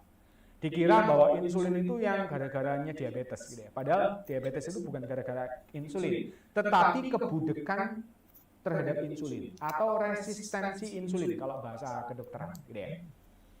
Nah, diketok satu insulin nggak dengar, butuh 2 insulin baru buka. Nanti 2 insulin nggak cukup, 4 insulin dan seterusnya. Makanya ketika orang sakit diabetes, kalau sudah obatnya nggak masal, yang biasanya dipakai untuk mencuci pankreas yang menghasilkan insulin, itu harus suntik insulin. Apakah disuntik insulin sembuh? Enggak, karena problem utamanya itu enggak selesai. Nah, nanti akan kita bahas di konsep Karnus itu akar masalahnya diabetes, akar masalahnya segala macam penyakit itu ternyata berasal dari pencernaan yang buruk, sebagaimana hadis tadi. Nah, kita lanjutkan ini dulu. Kalau kita makan daging, protein ya, kalau bahasa golongan kita golongan protein ya, daging, telur, tahu tempe, itu harus diubah dulu menjadi asam amino. Kalau kita makan minyak atau lemak, contoh misalnya minyak zaitun ya, itu kalau misalnya dipakai lauk atau dipakai menggoreng lauk gitu ya, nah itu juga nanti harus dirubah trigliseridnya itu menjadi asam lemak dan gliserol. Yang mengikat tadi itu gliserol ya, yang ini asam lemak ada omega 3, 6, dan 9 itu dipotong-potong dulu, baru bisa dimakan oleh sel. Kemudian vitamin dan mineral, ya mineral dijadikan ion dan vitaminnya dibebaskan dari ikatannya supaya bisa masuk ke sel tubuh kita. Nah, saya ibaratkan gini Bapak Ibu, kalau kita ke warung sate, ya, sebenarnya apa yang kita inginkan adalah seporsi nasi sate yang enak, lezat. Ya. Terus kemudian orang yang punya warung sate ini apa yang dia lakukan? Dia kulaan. Kulaan apa? Kulak daging kambing yang bagus, kemudian kulak beras yang punel, ya, kemudian kulak bumbu-bumbunya, dan seterusnya. Kemudian bahan-bahan itu dibawa kemana? Ke dapur. Di dapur itulah dimasak, nasinya dimasak supaya berasnya dimasak supaya jadi nasi yang punel, matang, deh. Kemudian dagingnya tadi ditusuk ya, kemudian dibakar pakai api, deh, sampai akhirnya matang dan jadilah seporsi nasi sate. Dihidangkanlah kita, kemudian kita makan. Nah, dalam pertanyaannya, kalau Bapak Ibu dan mungkin saya sebagai konsumen tadi, peduli nggak dengan kambing itu kambing dari mana? Nggak peduli. Beras dari mana? Nggak peduli. Bumbunya apa? Nggak peduli. Yang penting nasi satenya enak. Nah, itu sama ibaratnya seperti sel kita tadi, teman-teman. Tubuh kita itu makan sate, makan rawon, makan macam-macam tadi itu. Sel kita nggak butuh itu. Yang dibutuhkan glukosa, asam amino, asam lemak gliserol, dan ion dan vitamin yang sudah dibebaskan ikatannya. Nah, ini tadi makanan-makanan yang kita makan itu perlu dimasak dulu di dapur. Dapur tubuh kita itu siapa? Organ yang bernama lambung, teman-teman. Kemudian masaknya pakai api apa? Kalau di dapur sate itu kan pakai arang dan api ya. Nah, kalau di tubuh kita ada api yang luar biasa yang kita kenal dengan asam lambung. Kalau senyawanya adalah HCl, gitu ya. Nah, asam lambung atau HCl inilah api yang diciptakan oleh Allah di dalam lambung kita, gitu ya. Tugasnya apa? Lambung itu diberikan tugas oleh Allah mencerna makanan-makanan ini tadi supaya bisa dipotong-potong lagi, nanti supaya di bawah sel darah merah bisa dimakan oleh sel tubuh kita. Oke? Nah, ini saya coba buatkan siklus nutrisi dan energi di dalam tubuh kita yang lebih kompleks, gitu ya. Nah, saya kasih contoh nih, kalau tadi sate, saya ganti pecel. Pecel ini sebenarnya luar biasa komplit ya, teman-teman ya. Nasinya ini berarti sudah ada karbohidratnya, proteinnya dari telur, tempe, bahkan mungkin kacang-kacangnya, ya. Kemudian ada lemaknya juga, lemak dari kacang, kemudian juga dari beberapa ini ya, minyak yang dipakai goreng ya. Kemudian juga ada bumbunya, kan ada tomat, ada macam-macam, itu vitamin dan mineralnya juga dapat, gitu ya. Oke, ini katakanlah seporsi pecel kita makan buat sarapan tadi, gitu ya. Masuk nih ke dalam sistem pencernaan kita. Yang pertama itu ada di dalam mulut. Di dalam mulut ini yang utama adalah proses mekanik memecah-mecah makanan ini supaya jadi agak lebih kecil ya. Supaya nanti ketika dilanjutkan ke lambung itu sudah dalam potongan kecil-kecil. Jadi luar biasa, kayak pabrik di tubuh kita itu. Nah, dari sini sebagian kecil juga ada enzimatisnya dengan petialin atau air liur kita. Makanya kenapa glukosa atau karbohidrat yang kita makan atau nasi yang kita makan, kalau kita kecap agak lama, dia akan berasa manis. Nah, kalau belum pernah, dicoba deh. Nanti makan nasi dikunyah agak lama, nanti lama-kelamaan agak terasa manis. Ya, itu berarti karbohidratnya sudah sebagian mudah menjadi glukosa. Nah, kemudian masuk nih, kalau masalah daging, tahu, tempe belum tercerna. Baru nanti begitu masuk di lambung inilah akan proses lagi nasinya tadi karbohidratnya diproses lagi yang kedua kalinya di sini untuk menghasilkan glukosa. Kemudian proteinnya dipotong-potong, kemudian pakai enzim ya, pakai proses kimiawi di sini untuk dijadikan asam amino.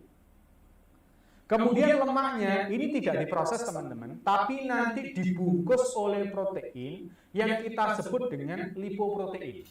Makanya kita kenal dengan LDL, HDL, VDL gitu ya. Itu adalah bentuk lipoprotein. Ibaratnya gini, lemak itu nggak larut di dalam air, nggak larut dalam darah. Ya. Supaya bisa dibawa oleh sel darah merah kita, itu perlu dibungkus, perlu diwadahi. Nah, itu kalau di kuliah konsep kanus biasanya Pak Iwan itu menggambarkan seperti kue klepon. Di dalamnya itu ada yang nggak bisa dibawa, kemudian dibungkus. Ya, dibungkus dengan protein, akhirnya jadi lipoprotein. Nah, semua nanti akan dilanjut ya dari lambung itu, dan disinilah perannya HCl atau asam lambung ini luar biasa. Dia ditugasi oleh Allah dalam waktu 3-5 jam, makanan itu harus sudah tercerna. Selesai nggak selesai, lanjut. Nah, makanya proses di pencernaan kita itu batch system. Jadi per paket. Makanya tidak baik kalau misalnya kita ngemil terus setiap hari. Karena yang bagus itu kalau di konsep kanus, makan itu memang batch system. Udah makan sarapan pagi, udah sarapan. Kalaupun nanti mungkin agak siangan, mungkin snack sedikit nggak masalah. Ya. Tapi jangan makan terus nanti sejam lagi makan, belum selesai sudah di ini. Nah, itu nanti mempengaruhi karena ada satu senyawa di sini itu yang aktif ketika ada ini. Jadi sudah asam lambungnya sudah bekerja agak lama, dia mulai aktif untuk mencerna protein. Nah, itu modelnya seperti itu. Nah, disinilah perannya HCl itu. Kenapa kok HCl itu diciptakan oleh Allah asam pekat? pH-nya itu antara 1-3 teman-teman. Itu kalau ibu-ibu biasanya pakai membersihkan kamar mandi ya. Itu kan sebenarnya adalah kerak ya. Protein yang mengerak, yang itu kalau cuma sekedar sabun nggak bisa muprul, nggak bisa pecah. Makanya disiram dengan Porstek atau apa ya. Itu sebenarnya komponennya adalah HCl. HCl itu lebih pekat, lebih keras daripada air aki H2SO4 gitu ya. Karena tujuannya tadi rata-rata 4 jam harus sudah selesai. Selesai nggak selesai dilanjut nih. Nah, nanti keluar dari asam lambung inilah kemudian dinetralkan pH-nya dengan garam empedu. Makanya batu empedu itu proses untuk menetralisir supaya nanti begitu masuk ke usus halus atau usus 12 hari itu sudah netral pH-nya. Nah, baru kemudian di usus halus ini proses penyerapan. Inilah gerbang dunia kita dengan dunia sel. Nanti makanan-makanan yang sudah kecil-kecil, yang sudah ukuran monomer, itu akan dibawa oleh sel darah merah, diedarkan melalui sirkulasi pembuluh darah. Diedarkan ke seluruh pembuluh darah. Ini yang besar ya, nanti ada cabang-cabang kecil-kecil ya, itu sampai ke sel-sel yang ada di dalam tubuh kita. Ya. Nah, nanti ketika ketemu sel, maka ngetuk nih, sel-sel ada glukosa nih, mau nggak? Oke, mau, masuk. Sel-sel ada lemak nih, ada lipoprotein. Begitu dia mau, maka butuh satu tambahan alat pemotong atau guntingnya. Itu namanya enzim lipase. Nah, ini dicerna aja ya teman-teman ya, nggak perlu dihafalkan, gitu ya. Yang penting teman-teman tahu. Jadi lemak tadi yang berbentuk lipoprotein itu harus dipotong dulu oleh gunting yang namanya lipase supaya jadi asam lemak dan gliserol atau keton nanti supaya bisa masuk. Kalau enzim lipase ini dari mana? Itu adalah dari asam amino, dari protein yang sudah dirubah oleh asam lambung kita menjadi asam amino. Dia bahan bakunya enzim lipase. Nah, kemudian baru di sel inilah nanti dimasukkan ke mitokondria untuk diproses lebih lanjut sampai jadi ATP. ATP ini adalah energi sel. Oke. Nanti sisanya akan dibuang, yang nggak terserap nanti masuk ke usus besar, kemudian keluar jadi feses. Kalau ini disaring oleh ginjal nanti ke urin, gitu ya. Oke, Mas, hubungannya apa dengan penyakit? Gitu ya. Nah, ini teman-teman. Saya tadi sudah menyatakan ada kedoliman massal di tengah-tengah masyarakat yang tidak banyak disadari. Makanya saya karena sudah tahu, saya mempelajari konsep Kanus, berusaha untuk mensiarkan ke teman-teman dan harapannya nanti teman-teman Bapak Ibu semua juga mensiarkan kepada orang yang tidak tahu. Apa kedolimannya itu? Kedolimannya itu adalah menetralkan asam lambung dengan alasan apapun. Biasanya alasannya itu adalah, Mas, ini aku sakit mah, atau Mas, asam lambungku lagi berlebih nih. Ini dengar suaranya terus perih banget gitu ya. Nah, biasanya kalau kita berobat memang selama ini biasanya diberikan obat namanya antacid. Antacid itu adalah obat yang memang tujuannya menetralisir asam lambung. Dia bersifat basa. pH-nya 8-10. Nah, tadi asam lambung itu pH-nya 1 ya. Kemudian dikasih sama antacid tadi, pH-nya bisa jadi 6 atau 7. Ini seperti air biasa nih teman-teman. Rasanya enak, adem, tetapi efek sampingnya teman-teman, maka proses pencernaan tadi tidak terjadi di lambung kita. Saya garis bawahi ya. Ketika kita meminum antacid, atau mungkin sekarang ada yang bukan obat, tapi air, dikenal dengan air alkali. Nah, ini ada yang menisbatkan ke air zam-zam, padahal beda sekali air zam-zam dengan air alkali. Zam-zam memang ber-pH nggak tinggi-tinggi amat, dia agak netral, tapi dia itu bersifat basa karena banyak mineral yang ada di dalam sana. Nah, beda sama air alkali yang dibuat oleh manusia, yang pH-nya tinggi, efeknya sama seperti antacid yang menetralkan asam lambung. Memang kalau orang perih lambungnya, rasanya adem, sudah nggak perih lagi. Karena apa? Asam lambungnya tadi dinetralkan.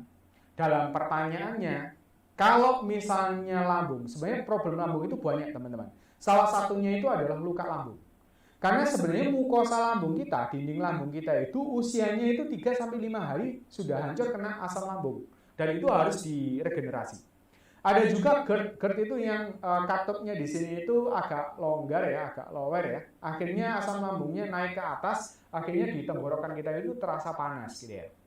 Itu bukti kalau asam HCl kita itu adalah seperti api, sifatnya panas gitu ya. Nah, ini yang menyebabkan apa? Saya balik ke slide sebelumnya nih teman-teman. Makanan yang kita makan dikunyah di dalam mulut, oke, sebagian nasi sudah menjadi glukosa. Kemudian masuk ke lambung, ketika lambung dinetralkan, apa yang terjadi? Glukosa nasi tadi sudah nggak dipecah lagi. Kemudian apalagi protein, nol. Glukosa masih ada dari mulut dan sebagian kecil karena mungkin karbohidrat itu masih gampang dicerna. Lemak itu nanti motongnya kan nanti di peredaran darah waktu mau dikasihkan ke sel.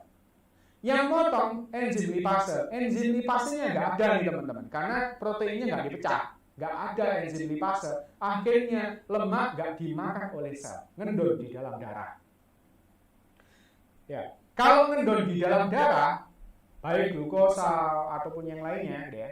Nah, lemak yang ngendon di dalam darah ini bisa nanti terjadi reaksi tertentu, bisa menjadi plak, menyumbat pembuluh darah, akhirnya apa? Tekanan darah tinggi. Udah, kita nyeleni hipertensi. Nah, kemudian kalau lemak-lemak tadi menutup reseptor insulin di dalam sel, maka terjadilah kebudakan insulin. Akhirnya jadilah diabetes. Kenapa? Karena gula yang diproduksi nggak bisa dimakan sel. Kemudian otak memerintahkan, ini masih lapar, gitu ya. Akhirnya makanya orang diabetes itu lapar terus, gitu ya.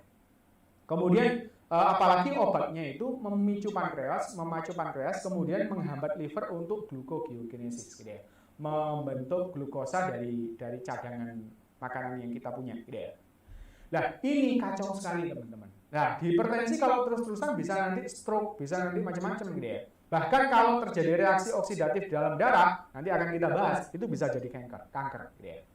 Nah, terus empedu tadi yang menghasilkan sekresi garam empedu yang harusnya 10 mili, gitu ya. Kan karena sudah dinetralkan dengan antasid obat mah ataupun mungkin air alkali tadi, akhirnya yang keluar cuma 2 mili, 4 mili. Akhirnya sisanya itu disimpan di empedu, akhirnya lama-kelamaan mengkristal nih teman-teman, jadilah batu empedu.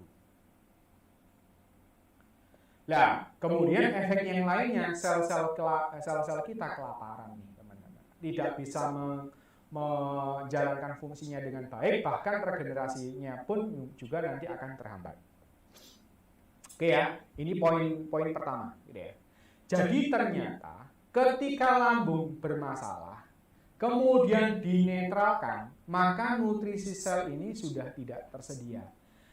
Dia ngendon di dalam darah, ditumpuk dalam lemak tubuh, ya. Sel-sel kita kelaparan, akhirnya fungsi organ menurun. Makanya terjadilah degeneratif. Penyakit degeneratif itu banyak teman-teman, mulai dari MAH, GERD, karena sel-sel lambung kita itu tidak terrekonstruksi dengan baik, kemudian hipertensi, stroke, diabetes, gagal ginjal, saraf kejepit juga, osteoporosis, osteoartritis. Jadi kalau misalnya yang kena itu adalah tulangnya, ya keropos, sendinya keropos, gitu ya. Bisa jadi kalau di tulang punggung akhirnya jadi saraf kejepit, gitu ya, dan seterusnya. Termasuk kepikunan, penuaan dini, dan lain-lain. Ini adalah problem-problem penyakit yang hadir di masa kini akibat kedoliman massal penetralan asam lambung. Biasanya langsung muncul pertanyaan, loh mas, kalau nggak dikasih obat mah, terus dikasih apa? Jadi itu nanti kita akan bahas di konsep Karnus. Jadi konsep Karnus itu cerdas. Loh, kenapa kok nggak ada second opinion? Pendapat kedua, kalau lambung bermasalah, kalau lambungnya bocor, ibarat warung sate tadi itu atapnya bocor, ya ditambal dulu sementara.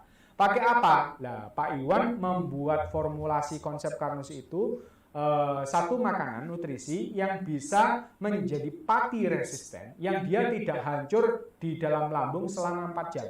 Dia melapisi luka lambung.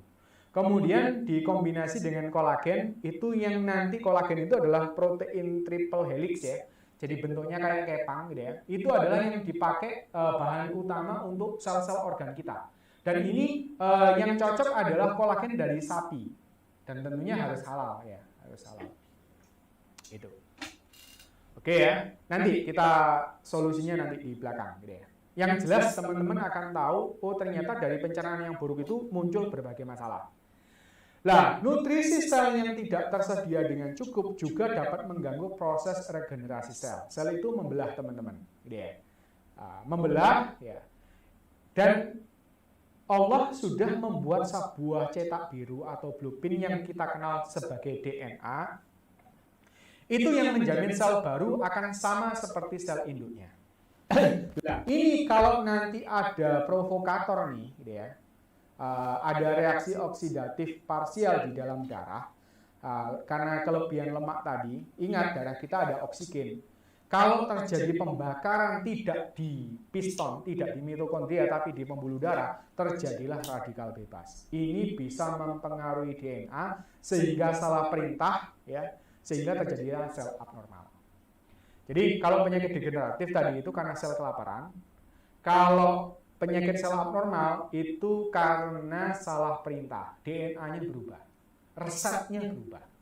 Nah, apa sih sebenarnya sel abnormal itu? Sel abnormal itu adalah sel yang tidak seperti semula, nggak normal, dan pertumbuhannya tidak terkendali. Contohnya kanker, tumor, kista, miom, bahkan yang paling kecil kutil. Kutil itu juga sel abnormal. Keloid juga sama. Jadi ibaratnya gini, teman-teman. Kalau kita teriris pisau, misalnya jari kita terisi pisau, kemudian luka, ya. Sel kulit kita itu kan rusak. Harusnya perintah otak kita ini ke dalam sel itu adalah memproduksi sel kulit untuk penggantinya. Tapi kalau resepnya salah, resepnya itu ada di DNA. Tapi kalau DNA-nya itu salah, berubah, maka bisa berubah jadi sel kuping di situ, sel telinga di situ, sel keloid di situ. Nah, itulah yang terjadi pada sel abnormal. Kalau keluar nggak seberapa sakit nih, teman-teman, nggak begitu masalah. Kutil nggak begitu masalah.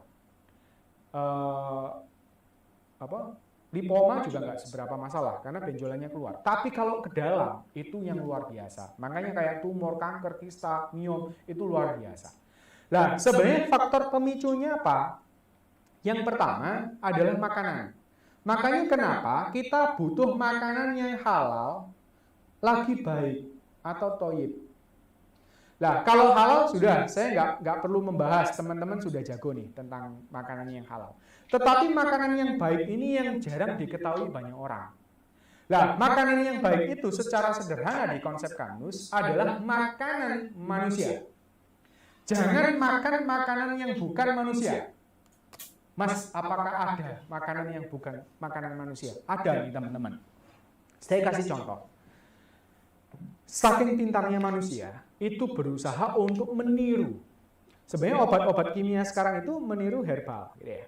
Nah, makanan kita sekarang itu ada makanan sintetis. Contohnya apa? Saya tanya sebenarnya ke teman-teman. Misalnya es durian sama es rasa durian. Beda apa sama?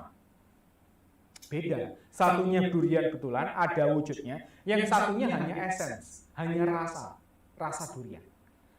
Kemudian rasa soto, rasa ayam, ya. Contoh misalnya di mie, mie instan itu kalau di kita yang paling bahaya bukan mie-nya, tapi bumbu rasa-rasanya. Karena itu adalah flavor sintetis. Rasa ayam, apakah itu ayam? Bukan. Rasa soto, apakah soto? Bukan. Rasa bakso, apakah bakso? Nggak ada baksonya. Nah, di gambarnya memang ada ayam, terus telur, ada bakso, gitu. Tapi di dalamnya hanya mie dan bumbu. Lah bumbu inilah ada flavoring, ada coloring, ada macam-macam. Nah, bahan-bahan perasa, aroma, kemudian pengawet, ini semua itu adalah makanan yang berbahaya, yang tidak thayyib, teman-teman. Termasuk makanan yang dimodifikasi dari minyak. Contohnya apa? Margarin.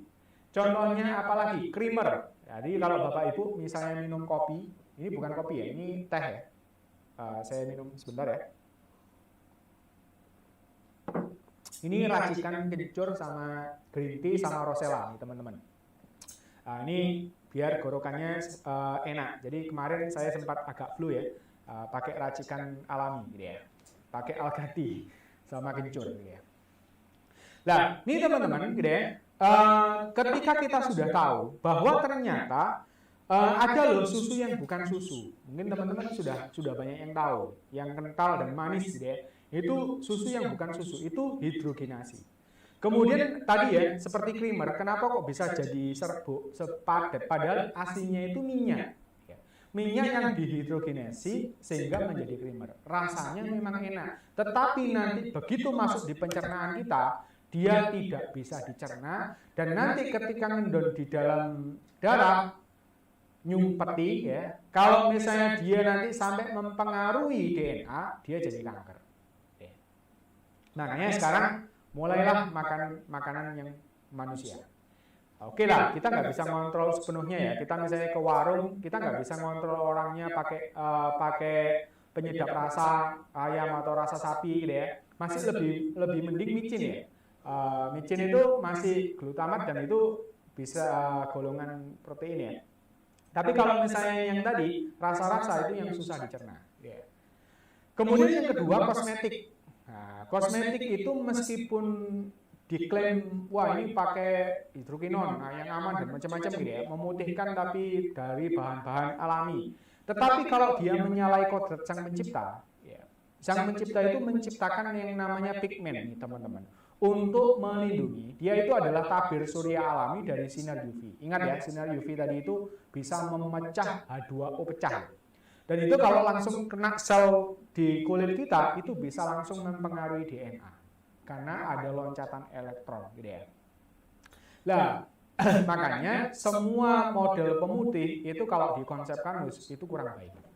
Dia bisa menyebabkan kanker nantinya. Makanya di konsep Kanus itu kita mendudukkan cantik itu tidak harus putih.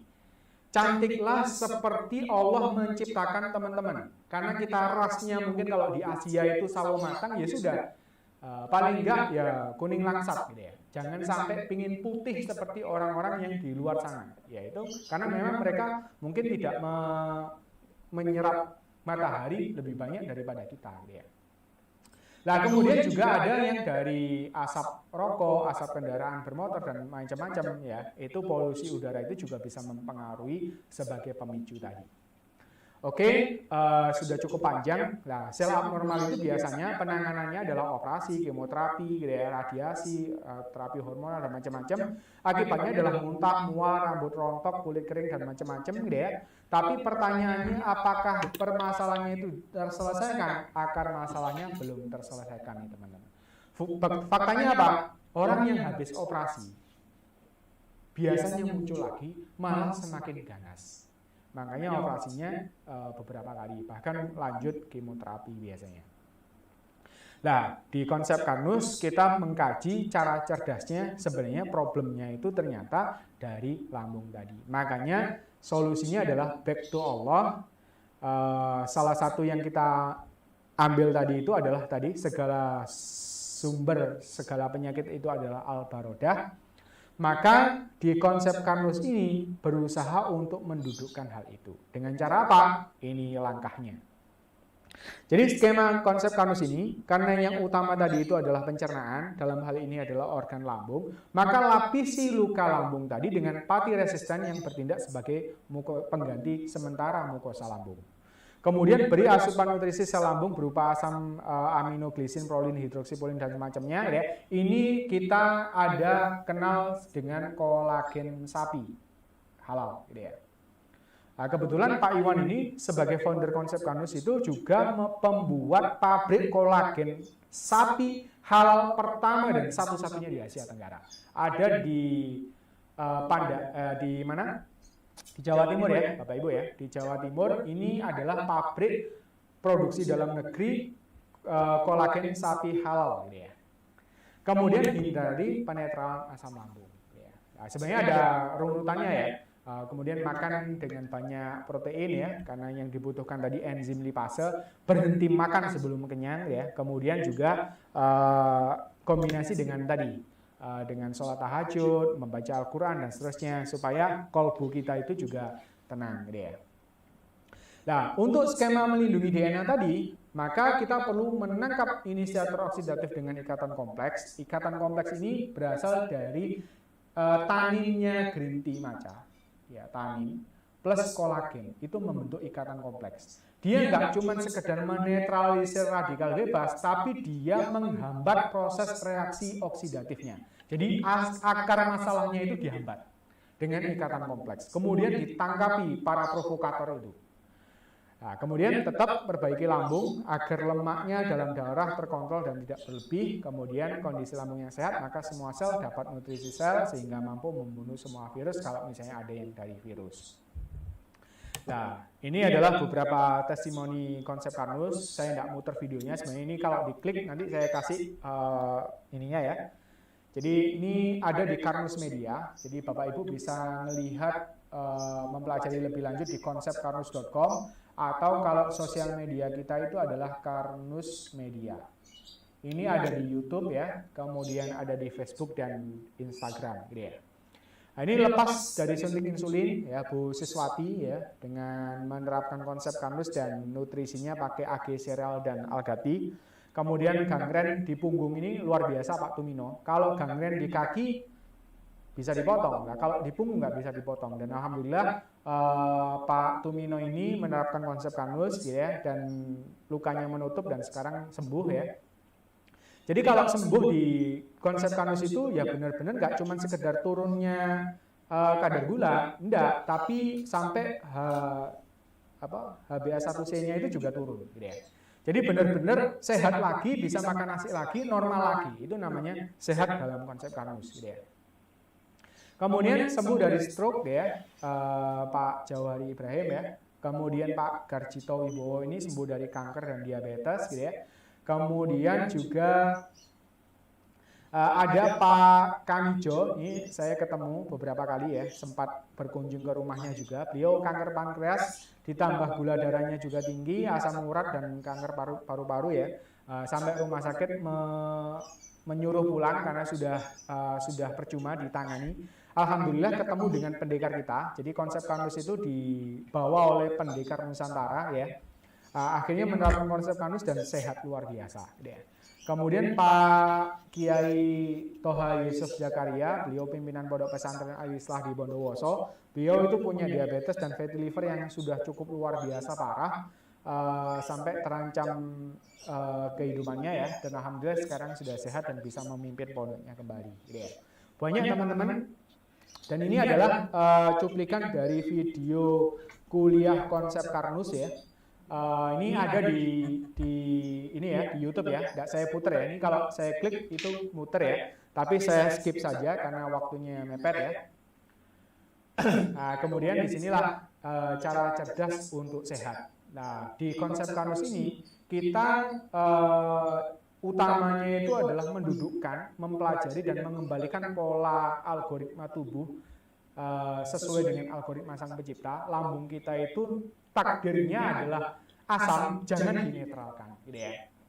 Itu dikembalikan lagi dan kita berbasis nutrisi, gitu ya. Berbasis nutrisi untuk pendampingannya. Karena memang dibutuhkan nutrisi untuk mereparasi atau merekonstruksi lambung tadi dan juga sel-sel di tubuh kita, gitu ya. Dan nutrisi yang biasa dipakai itu salah satunya adalah AG sereal. Ya. AG ini adalah minuman sereal praktis yang tadi mengandung pati resisten dari tepung pisang dan kolagen. Ini adalah unsur yang tadi dipakai untuk rekonstruksi lambung, diperkaya dengan oat, bekatul, serta ganggang merah. Itu bisa membantu untuk memenuhi kebutuhan nutrisi tubuh, menjaga kesehatan lambung, kemudian mencegah dan menangani penyakit degeneratif dan sel abnormal, juga sebagai booster energi. Ini ada dua kemasan reguler yang besar ya, isi 20 saset masing-masing 20 gram ya. Ada yang kemasan pouch ya, dengan harga lebih murah ya, lebih ekonomis 73.000 ya. Dan ini adalah BPOM MD-nya ya. Kemudian biasanya dikombinasi dengan Algati ini. Jadi minuman teh hijau serbuk dengan tinggi antioksidan ya. Antioksidan itu di antara sekian banyak antioksidan, teh hijau itu merupakan antioksidan tertinggi. Tetapi serbuk dibandingkan dengan ekstrak 3 kali lipat lebih tinggi lagi. Kemudian diperkaya dengan kolagen dan rosella sehingga membentuk ikatan kompleks. Ini membantu meningkatkan imunitas tubuh, memperlancar peredaran darah, membantu mencegah menangani penyakit degeneratif dan sel abnormal, kemudian memiliki ikatan kompleks yang tadi untuk menangkap radikal bebas dan juga menghambat proses reaksi oksidatif dalam darah. Ini juga ada dua kemasan yang besar reguler itu isi 60 saset ya, harga 275, kemudian yang ini kemasan ekonomis ya, itu isi 15 saset gitu ya. Nah, kalau algati ini bisa diseduh dengan air hangat boleh, kayak saya tadi saya campur dengan kencur dengan air panas ya. Bisa juga dengan air biasa atau juga air dingin juga seger gitu ya. Tapi kalau misalnya age sereal tadi itu diminum sebelum makan dan diseduh dengan air panas, didiamkan agak hangat atau dingin baru dikonsumsi baru makan gitu ya.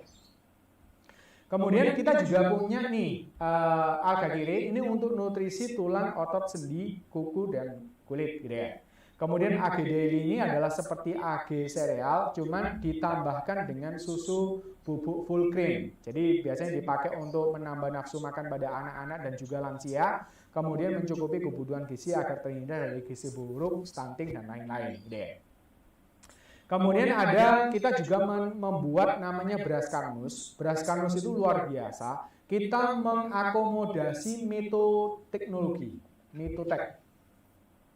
Nah, beras ini didesain, difortifikasi, diperkaya dengan bekatul supaya nanti di dalam mitokondria itu bisa lebih efisien proses pengeneratan energi sel atau ATP. Makanya kalau makan beras karnus, nasi dari beras karnus itu biasanya lebih kenyang dan lebih hemat energi.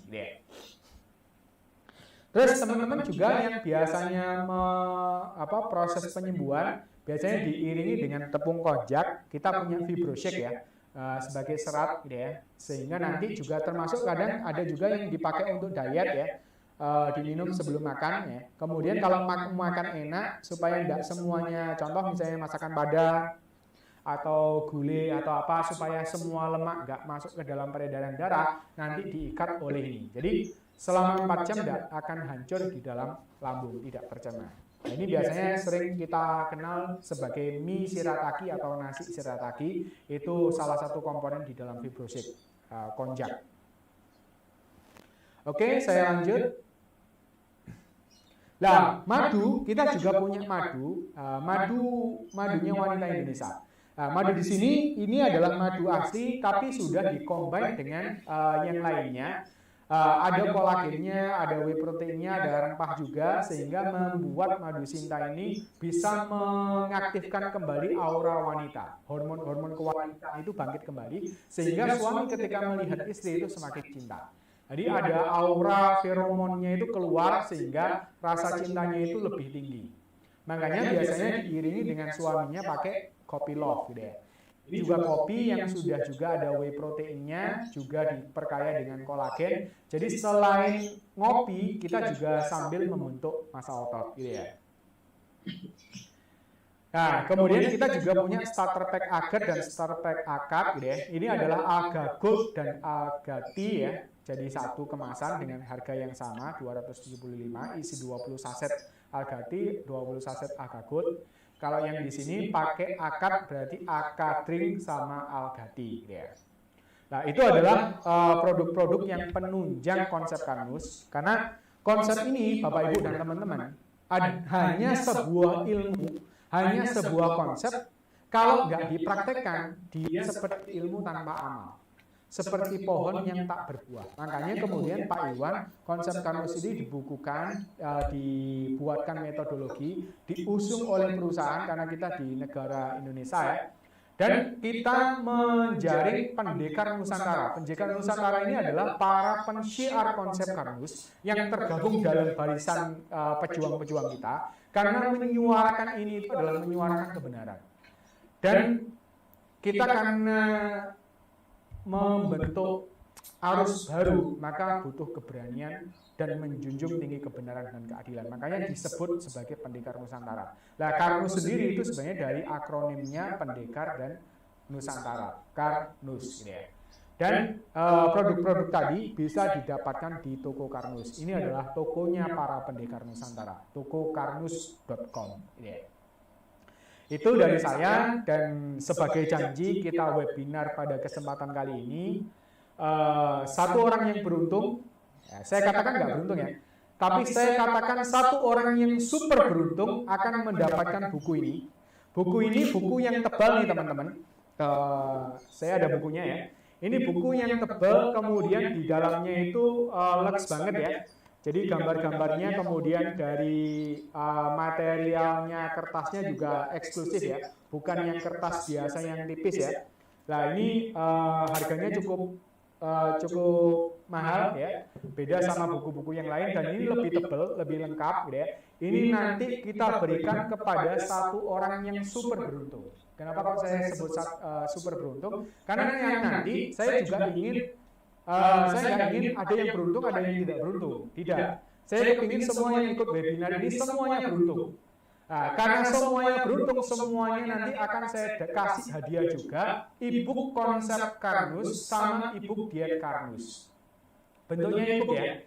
Nah, nanti yang satu orang super beruntung, selain mendapatkan 2 e-book ini, dia juga mendapatkan buku fisik resep sehat JSR karya Dr. Zaidul Akbar. Nah ini bisa dikombinasi nih teman-teman dengan herbal-herbal yang sudah diracik sama beliau, cara penyajiannya bagaimana, terus untuk penyakit ini seperti apa. Tapi ingat, catat di konsep Karnus itu harus dipastikan lambung kita sehat. Kalau lambung kita bermasalah, sebaik apapun makanan yang kita masukkan ke dalam tubuh, akan sia-sia keluar ke feses kita. Yang masuk hanyalah lemak yang bisa menjadikan problem di kehidupan kita saat ini. Oke, demikian presentasi dari saya. Semoga Bapak, Ibu, dan teman-teman bisa menangkap benang merahnya. Jadi konsep Karnus itu melengkapi Tibu Nabawi sebenarnya. Karena selaras dengan hadis tadi, segala macam penyakit berasal dari pencernaan yang buruk. Lebih spesifik lagi di konsep Karnus itu adalah lambung yang dinetralkan.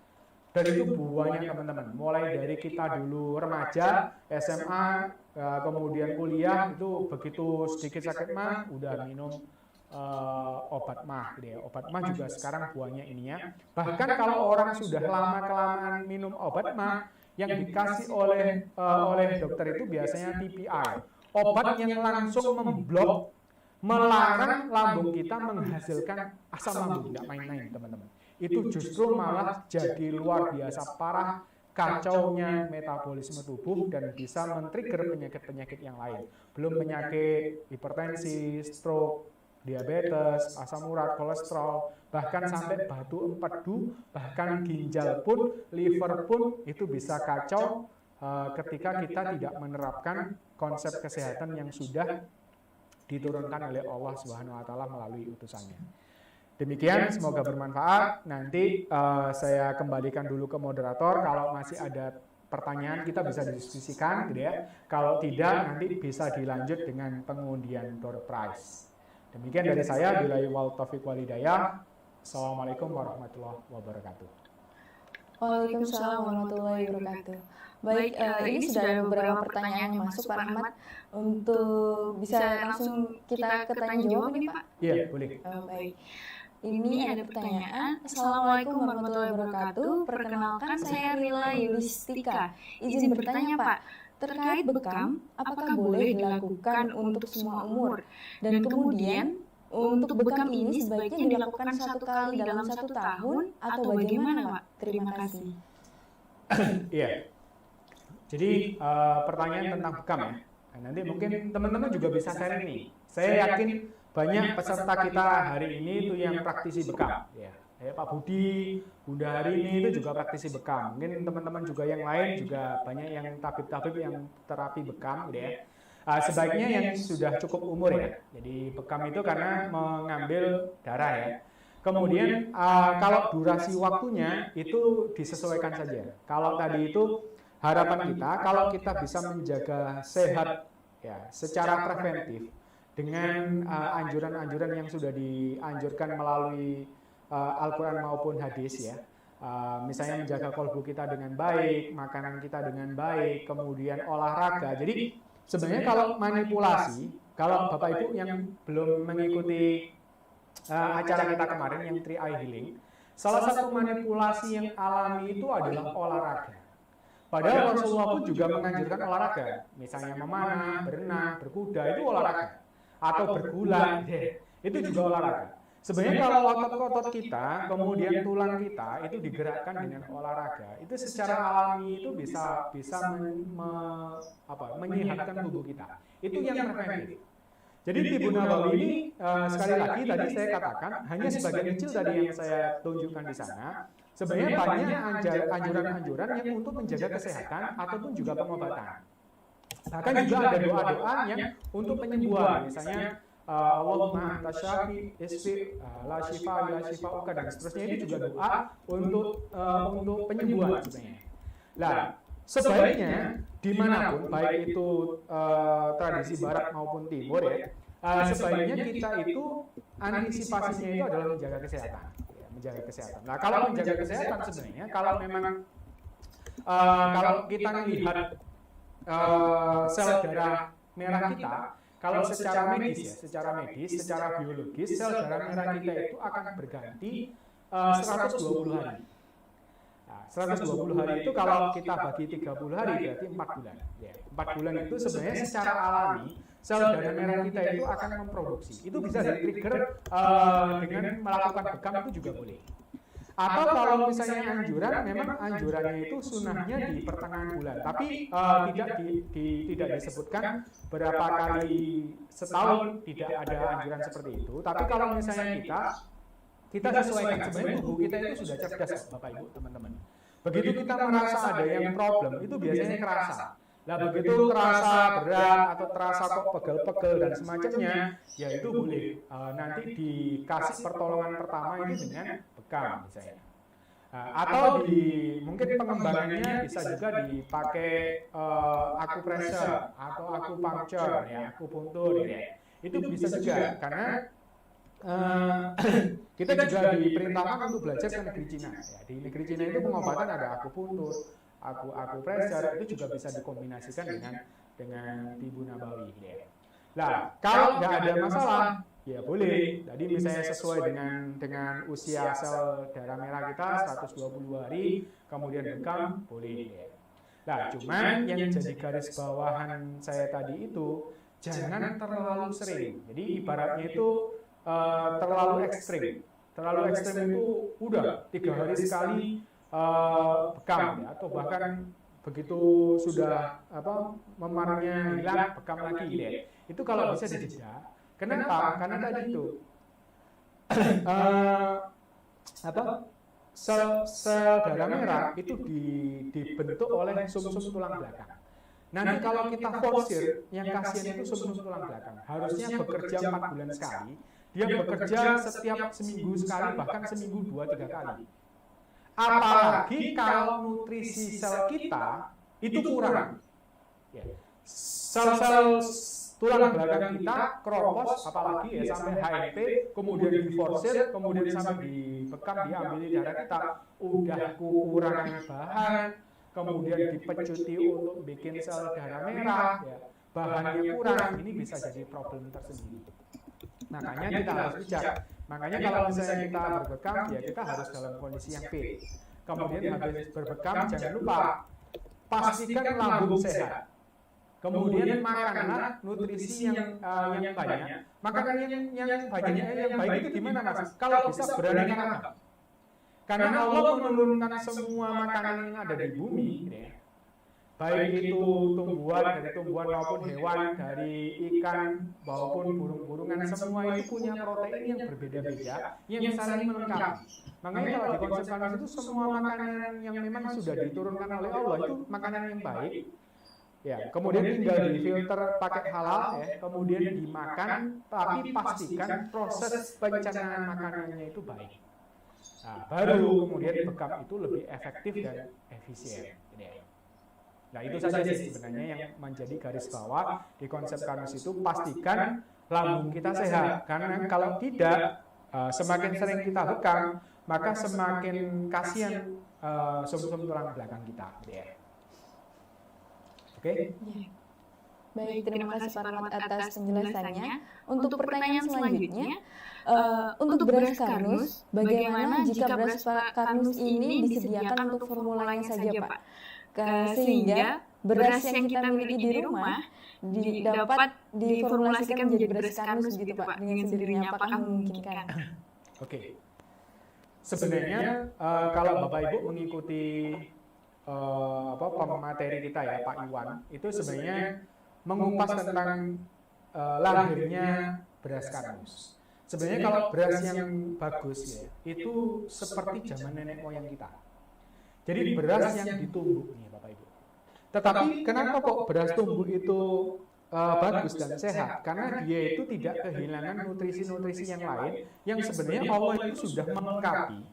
Di dalam butir beras itu sebenarnya Allah itu ada karbohidratnya, juga ada pemercepat proses enzimatik di dalam mitokondria. Nah itu ada NADP+ dan semacamnya itu ya. Itu nanti di siklus Krebs itu ada satu senyawa yang dipakai untuk memperlancar proses pembentukan energi atau ATP itu. Nah itu ada ketika bekatulnya masih ada, kulit arinya itu masih ada. Nah, cuman kendalanya beras tumbuk itu harus langsung dimakan. Kenapa? Kalau dalam waktu sekian jam, penelitiannya Pak Iwan itu 2 jam, itu beras itu akan tenggelam. Makanya kita nggak bisa menyalahkan pemolesan beras supaya jadi putih. Itu karena dihilangkan semua unsur selain berasnya. Nah, akhirnya vitamin, mineral, dan juga zat-zat yang mampu membantu proses di mitokondria tadi itu juga hilang bersama dengan proses pemutihan tadi itu. Nah, sama Pak Iwan, akhirnya beras yang sudah dipoles tadi itu dikombin lagi dengan bekatul yang dari petani ya, sudah diseleb itu dalam waktu 2 jam. Itu nggak boleh lebih dari 2 jam, itu harus dihentikan proses enzimatiknya. Ya, nah ini pakai teknologi, nggak bisa kita pakai teknologi manual ya. Itu pakai pabrik ya, diselesaikan proses enzimatisnya, kemudian dibalurkan atau dikotingkan ke beras itu sehingga menjadi beras yang seperti zaman dulu, kemudian masih dilindungi sama aluminium foil, makanya eksklusif banget beras Karnus itu. Jadi supaya tidak terjadi tadi proses enzimatif dan tengik. Kalau sudah tengik Bapak Ibu, itu juga karsinogen yang menyebabkan kanker. Makanya beras Karnus itu didesain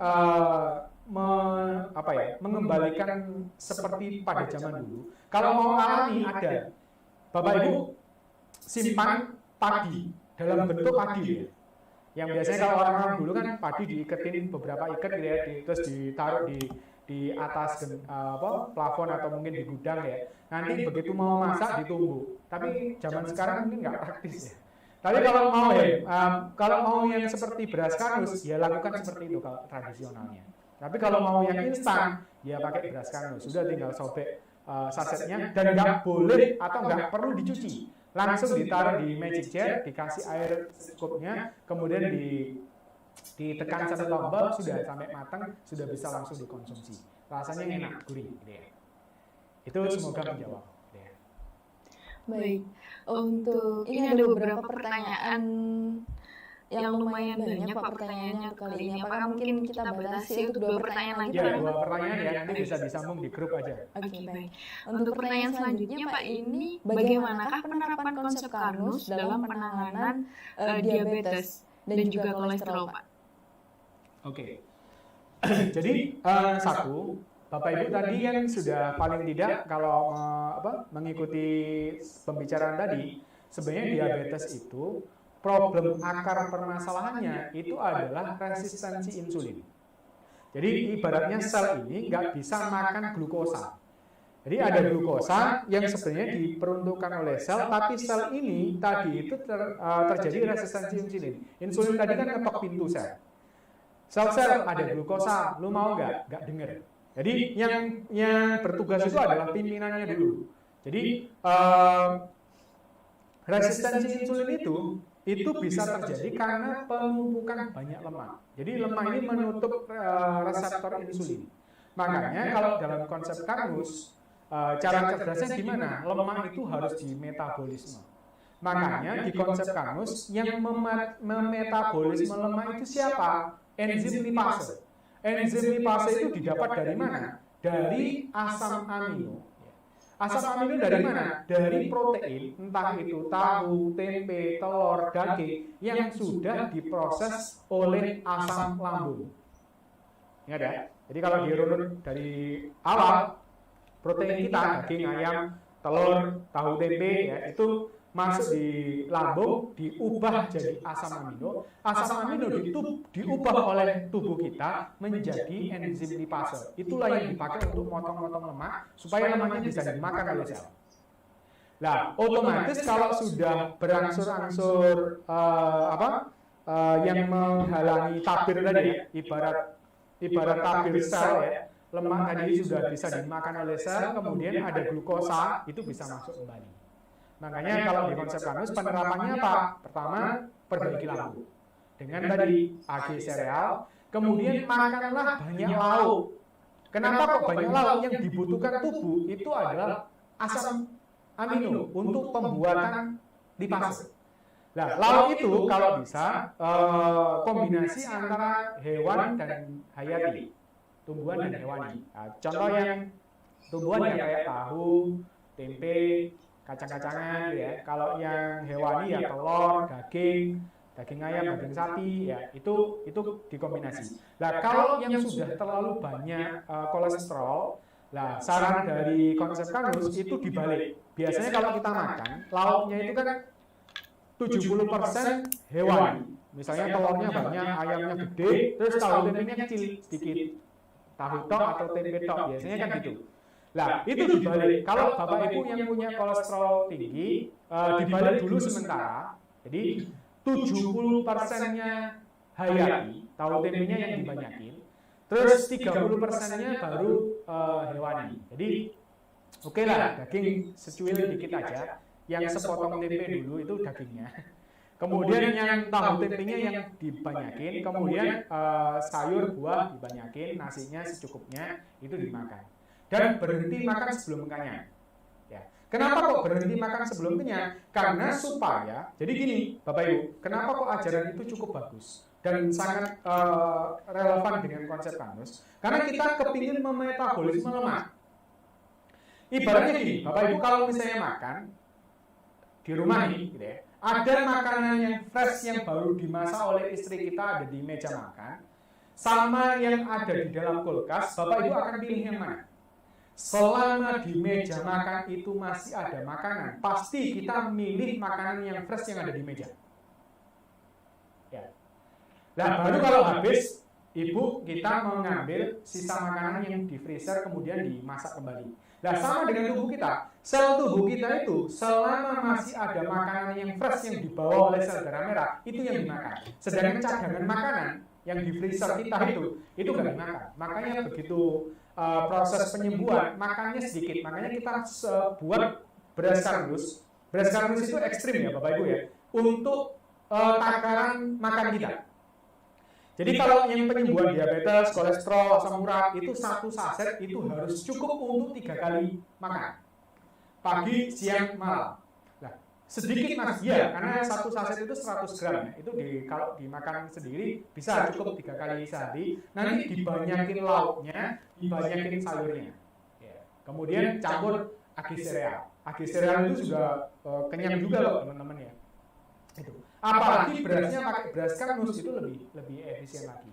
Nah, sambil memetabolisme tubuh sehingga nanti ini. Nah, satu tips lagi, olahraga teman-teman.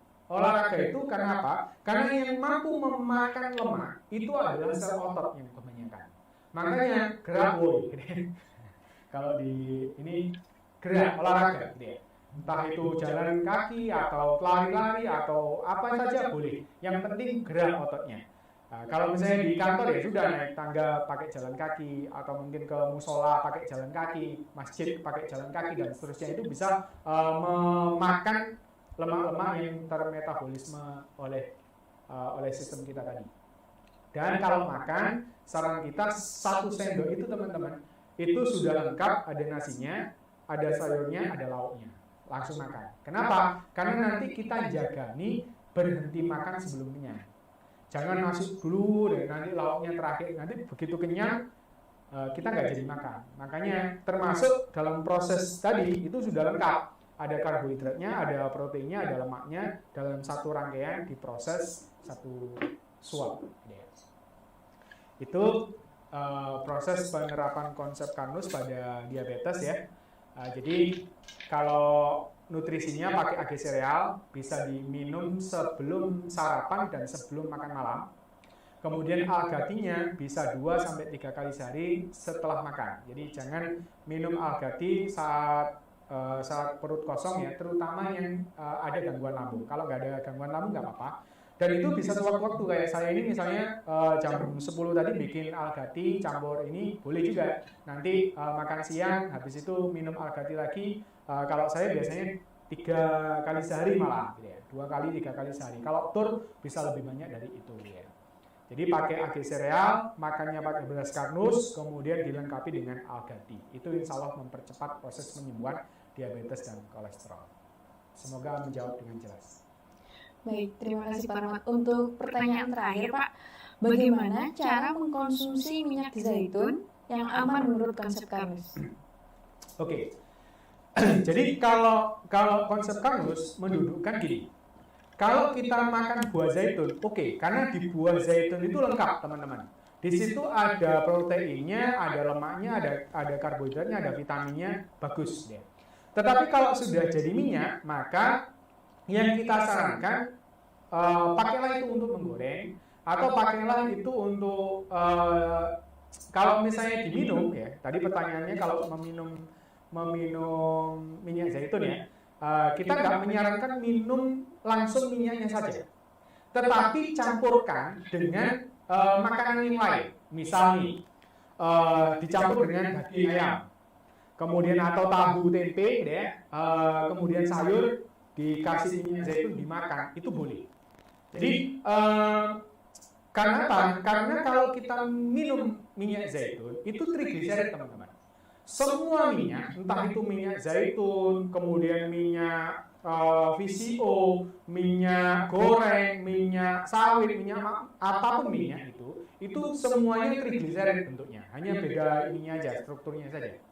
Nah, minyak itu bisa dipotong oleh enzim lipase, makanya dari protein. Makanya kalau minum minyak zaitun, kita tidak sarankan minum minyak tok. Apalagi sampai terlalu banyak, nggak diiringi dengan protein. Makanya cara yang baik adalah pakai tahu atau tempe atau ayam atau telur, itu baru kasih minyaknya, kemudian dimakan bersamaan. Jadi lengkap. Bapak Ibu minum minyak zaitun, ada pemotongnya dari protein yang nanti diolah dengan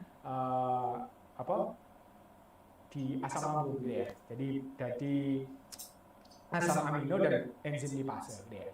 Jadi itu tips kita. Makanya kalau di hadis itu kan sebenarnya berlauklah dengan minyak zaitun. Kemudian berminyaklah dengan minyak zaitun. Jadi bukan minumlah minyak zaitun, tidak ada. Ya. Makanya sebaiknya kalau minum minyak zaitun campurlah dengan protein. Ya. Dan kalau mau dilengkapi dengan karbohidrat ya nggak apa-apa. Jadi berarti jadi lauk. Ya. Itu ya. Semoga bisa menjawab. Baik Pak Rahmat, itu tadi pertanyaan terakhir, dan jika Bapak Ibu mungkin memiliki pertanyaan yang tadi belum terjawab, bisa langsung didiskusikan di grup webinar Konsep Karnus. Baik, apakah langsung sekarang saatnya untuk pengundian door prize Pak? Ini langsung saja. Ya, boleh. Pak Rahmat ya.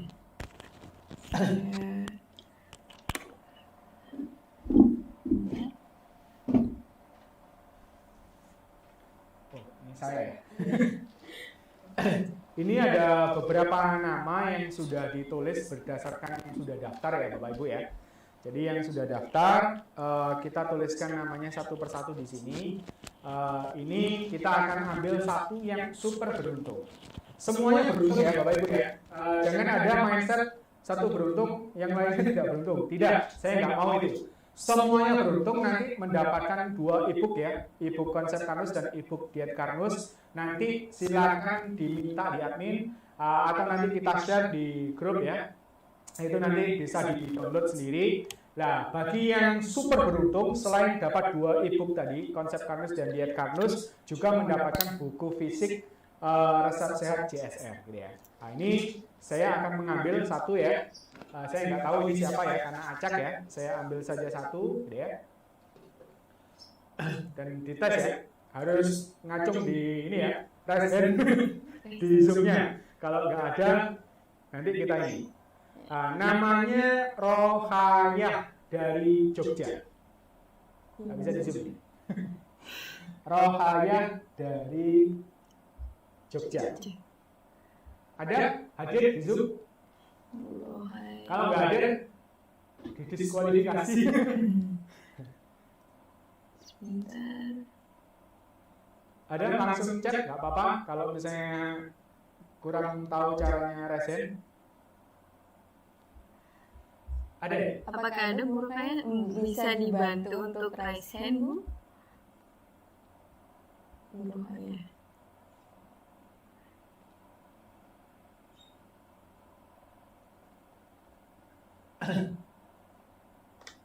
Oh, ada Pak. Ada ya? Oke, alhamdulillah. Jadi teman-teman, ini adalah Bu Rohayah dari Jogja yang super beruntung pada kesempatan kali ini mendapatkan buku Resep Sehat JSR, dan yang lainnya Bapak Ibu teman-teman nanti juga kita berikan hadiah e-book ya, bukan bentuk fisik ya, e-book konsep Karnus dan e-book diet Karnus. Bapak Ibu bisa mempelajari lebih dalam tentang konsep Karnus di e-book tersebut. Demikian dari saya kembalikan ke moderator. Baik, nanti untuk Ibu Rukayah dimohon untuk menghubungi admin untuk informasi lebih lanjutnya untuk proses pengiriman e-booknya dan pengiriman bukunya. Dan Bapak Ibu, kita sudah berada di penghujung acara juga. Kami sampaikan kepada Pak Rahmat untuk dapat menyampaikan closing statement-nya pada acara hari ini. Silakan Pak Rahmat. Baik, saya sampaikan terima kasih kepada Bapak Ibu dan teman-teman semua yang tergabung di webinar ini mulai dari awal sampai akhir ya. Apa yang kita bahas ini adalah bagian dari keilmuan tentang tibu nabawi ya. Baik konsep Karnus maupun terapi yang lain ya, itu bisa dikombinasikan gitu ya. Dengan ilmu ini kita bisa semakin bijak ya, menerapkan ilmu pada tempatnya. Kapan harus dibekam, kapan harus di terapi ruqyah, kapan harus pakai nutrisi ini, nutrisi itu, ya. Kemudian bagaimana cara mengkonsumsi nutrisi yang tepat dan seterusnya, itu adalah keilmuan, gitu ya. Dan kalau ada sesuatu yang memang itu adalah kebenaran, gitu ya, itu datangnya dari Allah, ya. Dan saya meminta itu adalah amanah kita, Bapak Ibu. Jadi kalau kita sudah tahu, maka kita punya kewajiban untuk menyampaikan kepada yang belum tahu. Dan itu adalah yang sudah diajarkan oleh Rasulullah ya, untuk menyampaikan walaupun satu ayat, walaupun satu hadis, walaupun satu ilmu kita sampaikan, karena ini adalah sangat bermanfaat bagi yang lainnya. Dan ilmu manfaat itu adalah bagian dari aset kita nanti di kehidupan setelah kematian. Mungkin itu dari saya. Saya mewakili dari konsep Karnus secara cerdas untuk sehat. Semoga bermanfaat dan semoga manfaat ini bisa ditularkan ke seluas-luasnya masyarakat Indonesia, bahkan di luar Indonesia. Demikian dari saya. Billahi wal hidayah. Assalamualaikum warahmatullahi wabarakatuh. Waalaikumsalam warahmatullahi wabarakatuh. Baik Bapak Ibu, untuk Bapak Ibu yang pertanyaannya belum terjawab, dapat langsung dilanjutkan diskusinya di grup WhatsApp Konsep Karnus, webinar Konsep Karnus. Dan juga jika Bapak Ibu memiliki pertanyaan lebih lanjut, dapat langsung menghubungi pengundang Bapak Ibu dan juga admin kita. Dan Bapak Ibu juga dapat mengunjungi sosial media kami di Instagram, YouTube, dan juga Facebook dengan nama Karnus Media, dan mengunjungi website kami di konsepkarnus.com dan juga tokokarnus.com. Baik, terima kasih atas partisipasinya hari ini. Semoga apa yang disampaikan pada hari ini dapat bermanfaat bagi kita semua. Selamat siang, wassalamualaikum warahmatullahi wabarakatuh.